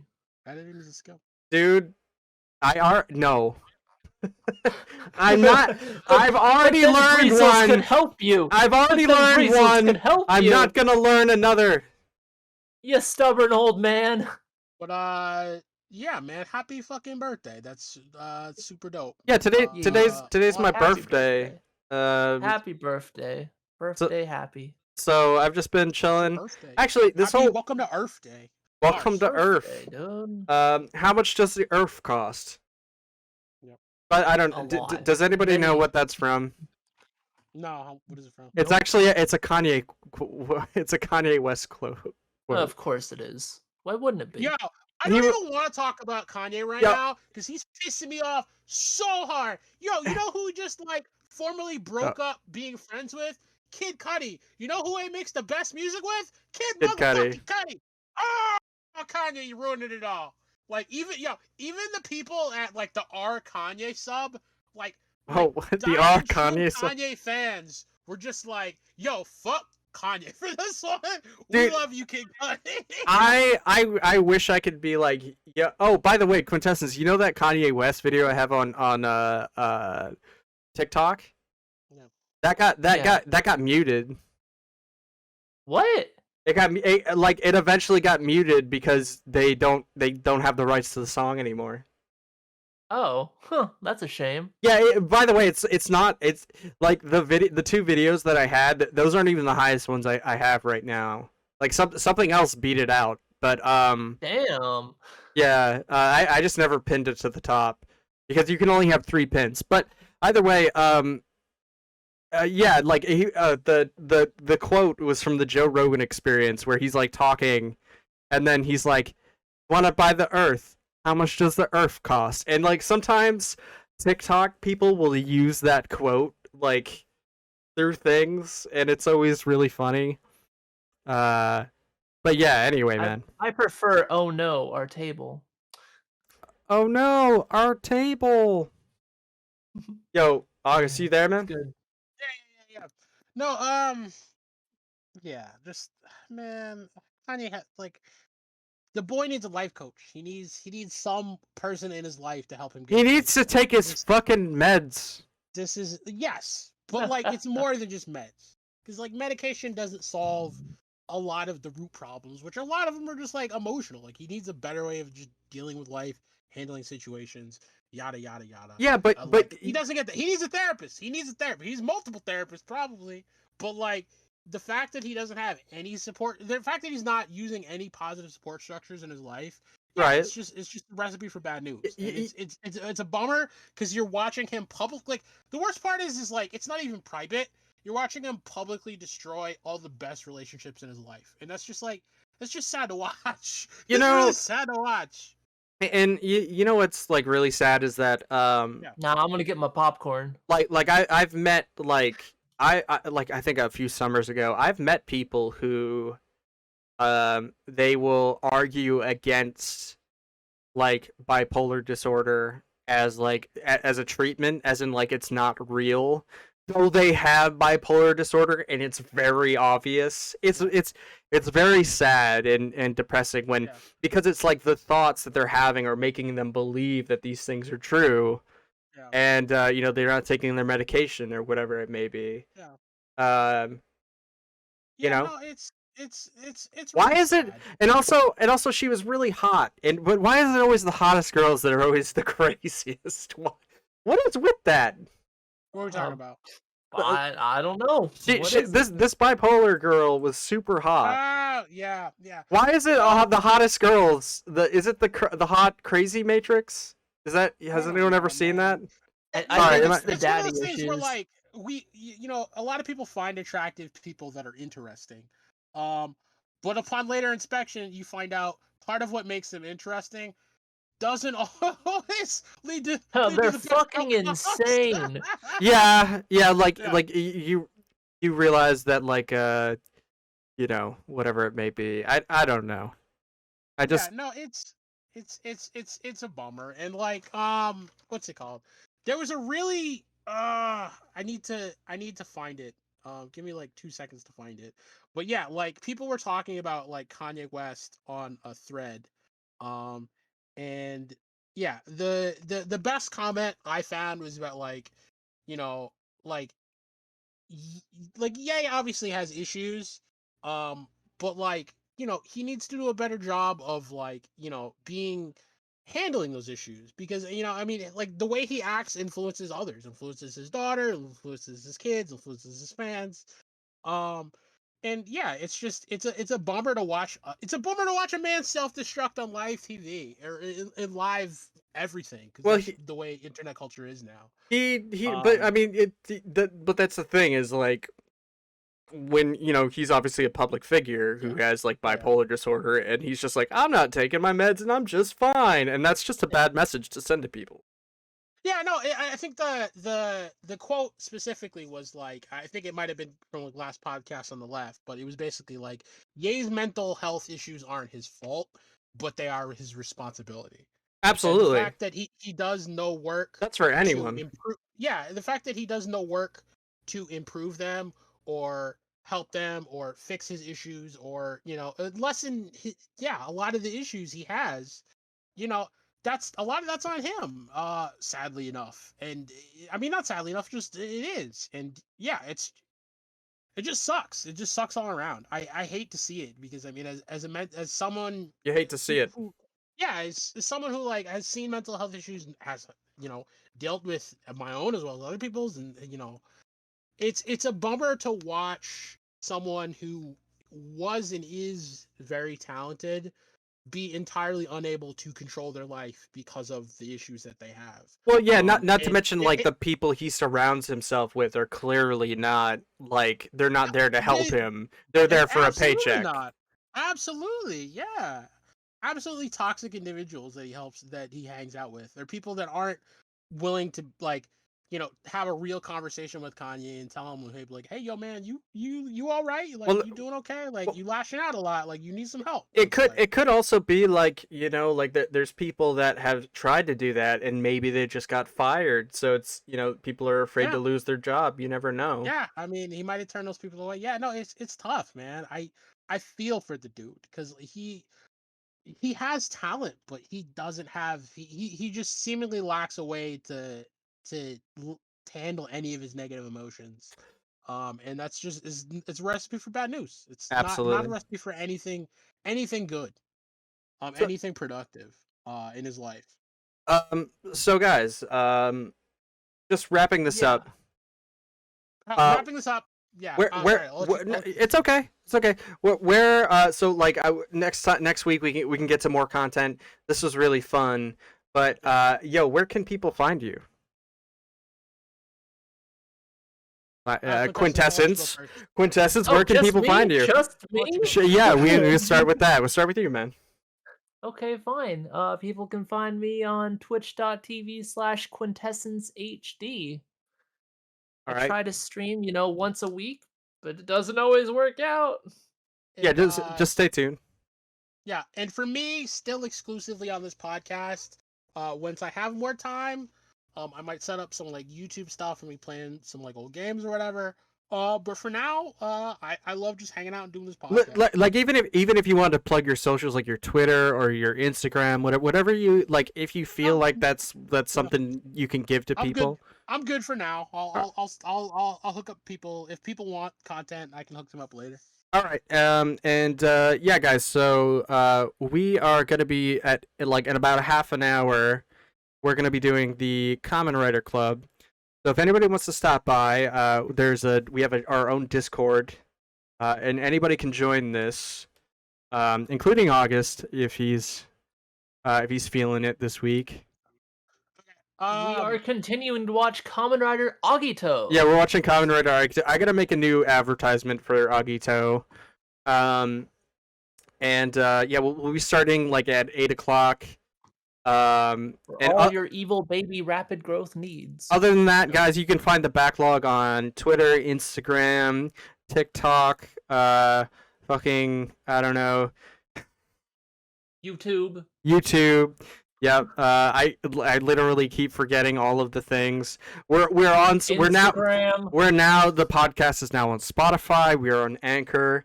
Every day we're putting in work and adding more content. God damn it!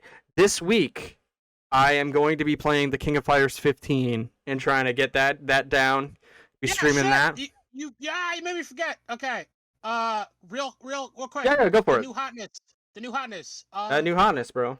Coming out literally tomorrow. Happy Valentine's Day to you. King of Fighters 15. Yeah. It's got rollback.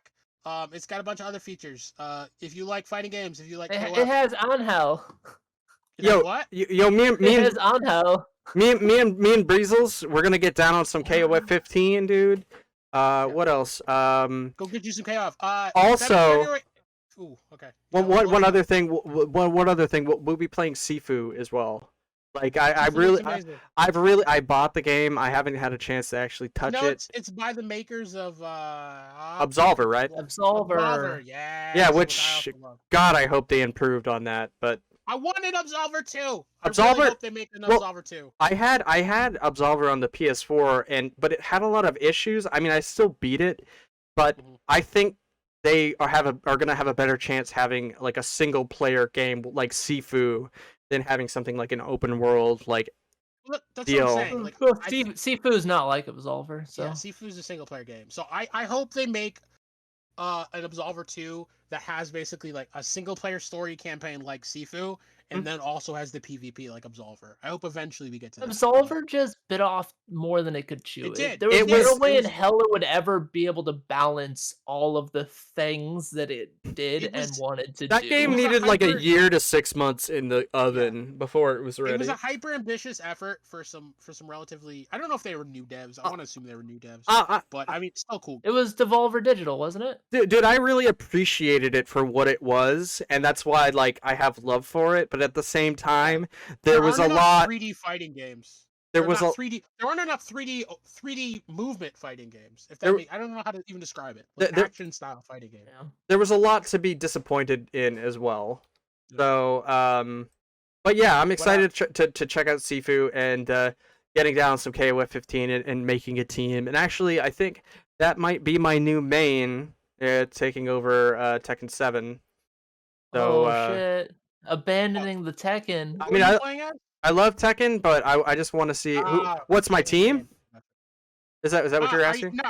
Is KOF taking the spot of Tekken 7? Is that what you're saying? I think so. I think what it sounds like. It might take like if I better can netcode. If I can play it for a week. Netcode and better netcode. And I have a friend who he's gonna run through like the basics of KOF, and after that I'm gonna see if it's for me, and if not I'll stick to Tekken 7. You can always hop on Juicebox's stream. I'm sure he's gonna get a lot of new people in. Did you know that he actually rated us? Oh no, really? That's awesome. Yeah. Oh, that's sick. Like when Quintessence was there, it was like me and Quintessence playing KOF 98, and he rated us. And oh right, yeah, shoutouts from Juice. Yeah, Juicebox, like FGC man, and he's a really cool guy who's like very like his instructionals are very dry. I did, yeah. With Street Fighter 5, I did a lesson with him. He's not. Though he doesn't want to work with like new people. He actually wants to work with like more experienced people. But he's still a good dude, and like I'm really happy that I get rated, and I can still talk to him or whatever, and we can even have him. I'm thinking like eventually I want to start having more people on the podcast and interviewing people who are in the community.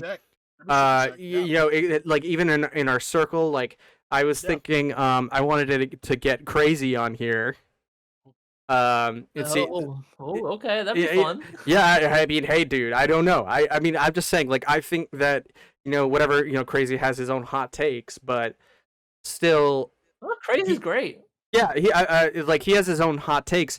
But like at the same time, that means that he's very Puking as well. Yep, that was another one that I had on my Puking, and like pretty much anybody, like even Bobcat, I wanted to have him on here, but he's usually doing AES on Sundays, which if you don't know, it's called Ass Eating Sunday, and it's where people do first to fives in Tekken.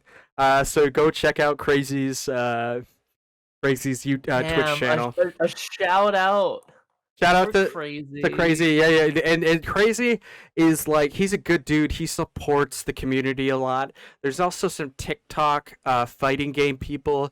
There's Phil, of course, who like I've kind of been in contact with for a little while, and he's a good dude. I want to have him on. I'm gonna be on his podcast, I think, this week. And then we're gonna have like I want to just slowly build up and you get bigger names and kind of like I love these streams where we just talk about whatever, but also I would love to interview people who are like do whatever we do but way better, and learn from them or whatever it may be. Yeah, it'd be cool.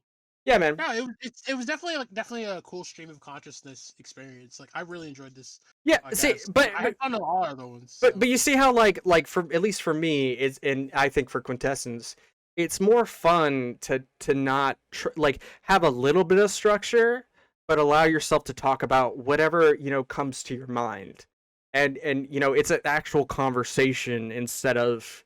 You know what I mean? Like everyone can kind of get their own peace of mind in about whatever it is. gonna take the counterpoint that it's nice to go over a couple different topics. Like I would have loved to have gotten to the Oscars today. I guess we could say. Yeah, that's the problem. Is like I feel like when you like always have an arsenal of things you want to go over, and we always get one of them. Yeah. Well, I mean, but that's the thing. Like I think we can do both. We can find a happy medium. Yeah. And so like next week, if you want to go over the Oscars, I would love to talk about that. And I could try to pay attention to it, whatever it may be.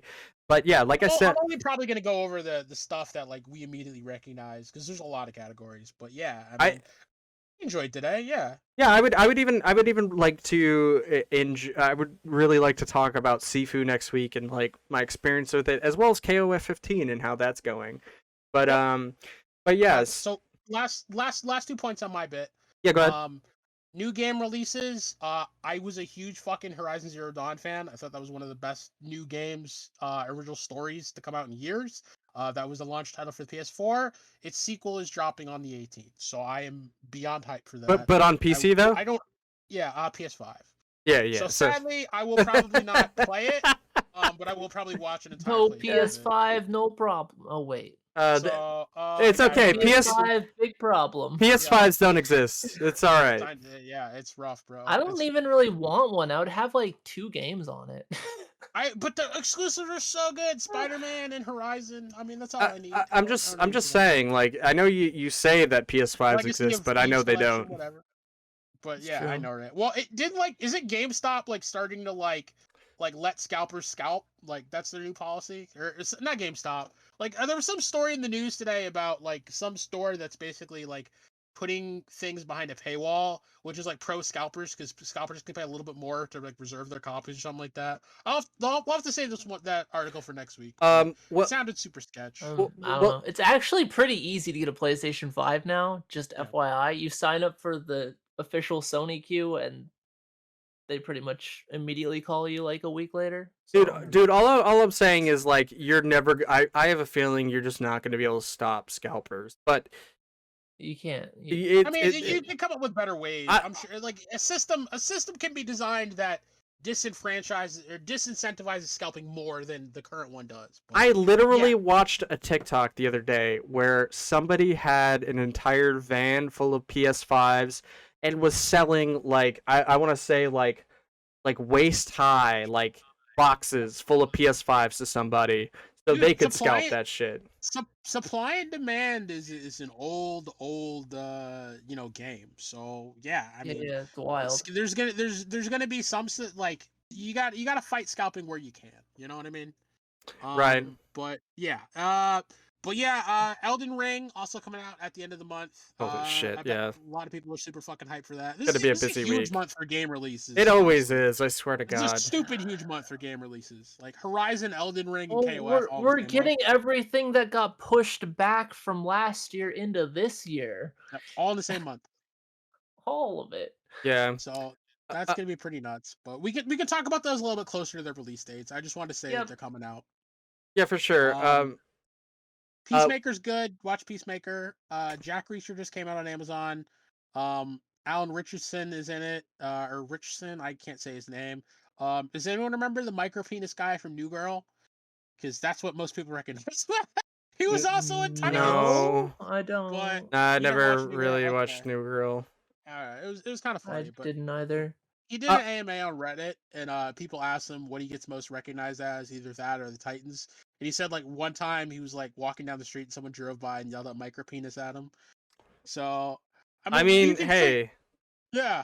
At least he has a chance to prove them wrong, you know? I know, right? No, but, like, obviously, like, it just proves the rule that people are gonna recognize you from, like, your most hilarious role rather than, like, anything else that you've been in. But yeah, I've heard the new Reacher is super good. I haven't checked it out yet. I've just heard it's good. And the new episodes of the Fresh Prince of Bel-Air remake just came out with the first couple episodes. God, so. We could go over that later. I would like to. Later. I'll watch it. I want to watch that, but I have mixed feelings about what I've heard. I don't necessarily expect it to be good, but I'm gonna watch the first couple episodes and then make an opinion. Yeah. But hey, man. Anyway, we got to wrap this up. But we'll be over at the Discord in Common Writer Club in about like 20-ish minutes. I gotta eat some food and eat a birthday cake. And yeah, guys, hey, I appreciate y'all being around. Breezels, you rule, man. I can't wait to play some KOF 15 with you. Quintessence, world's greatest mod, of course, always the best. August Podcastman never has, always has something to say, and it's always interesting. But anyway, guys, hey, you guys have a good night, and I will see you later. Everyone say peace out. Peace out, y'all. Later. Thanks for watching. Bye-bye.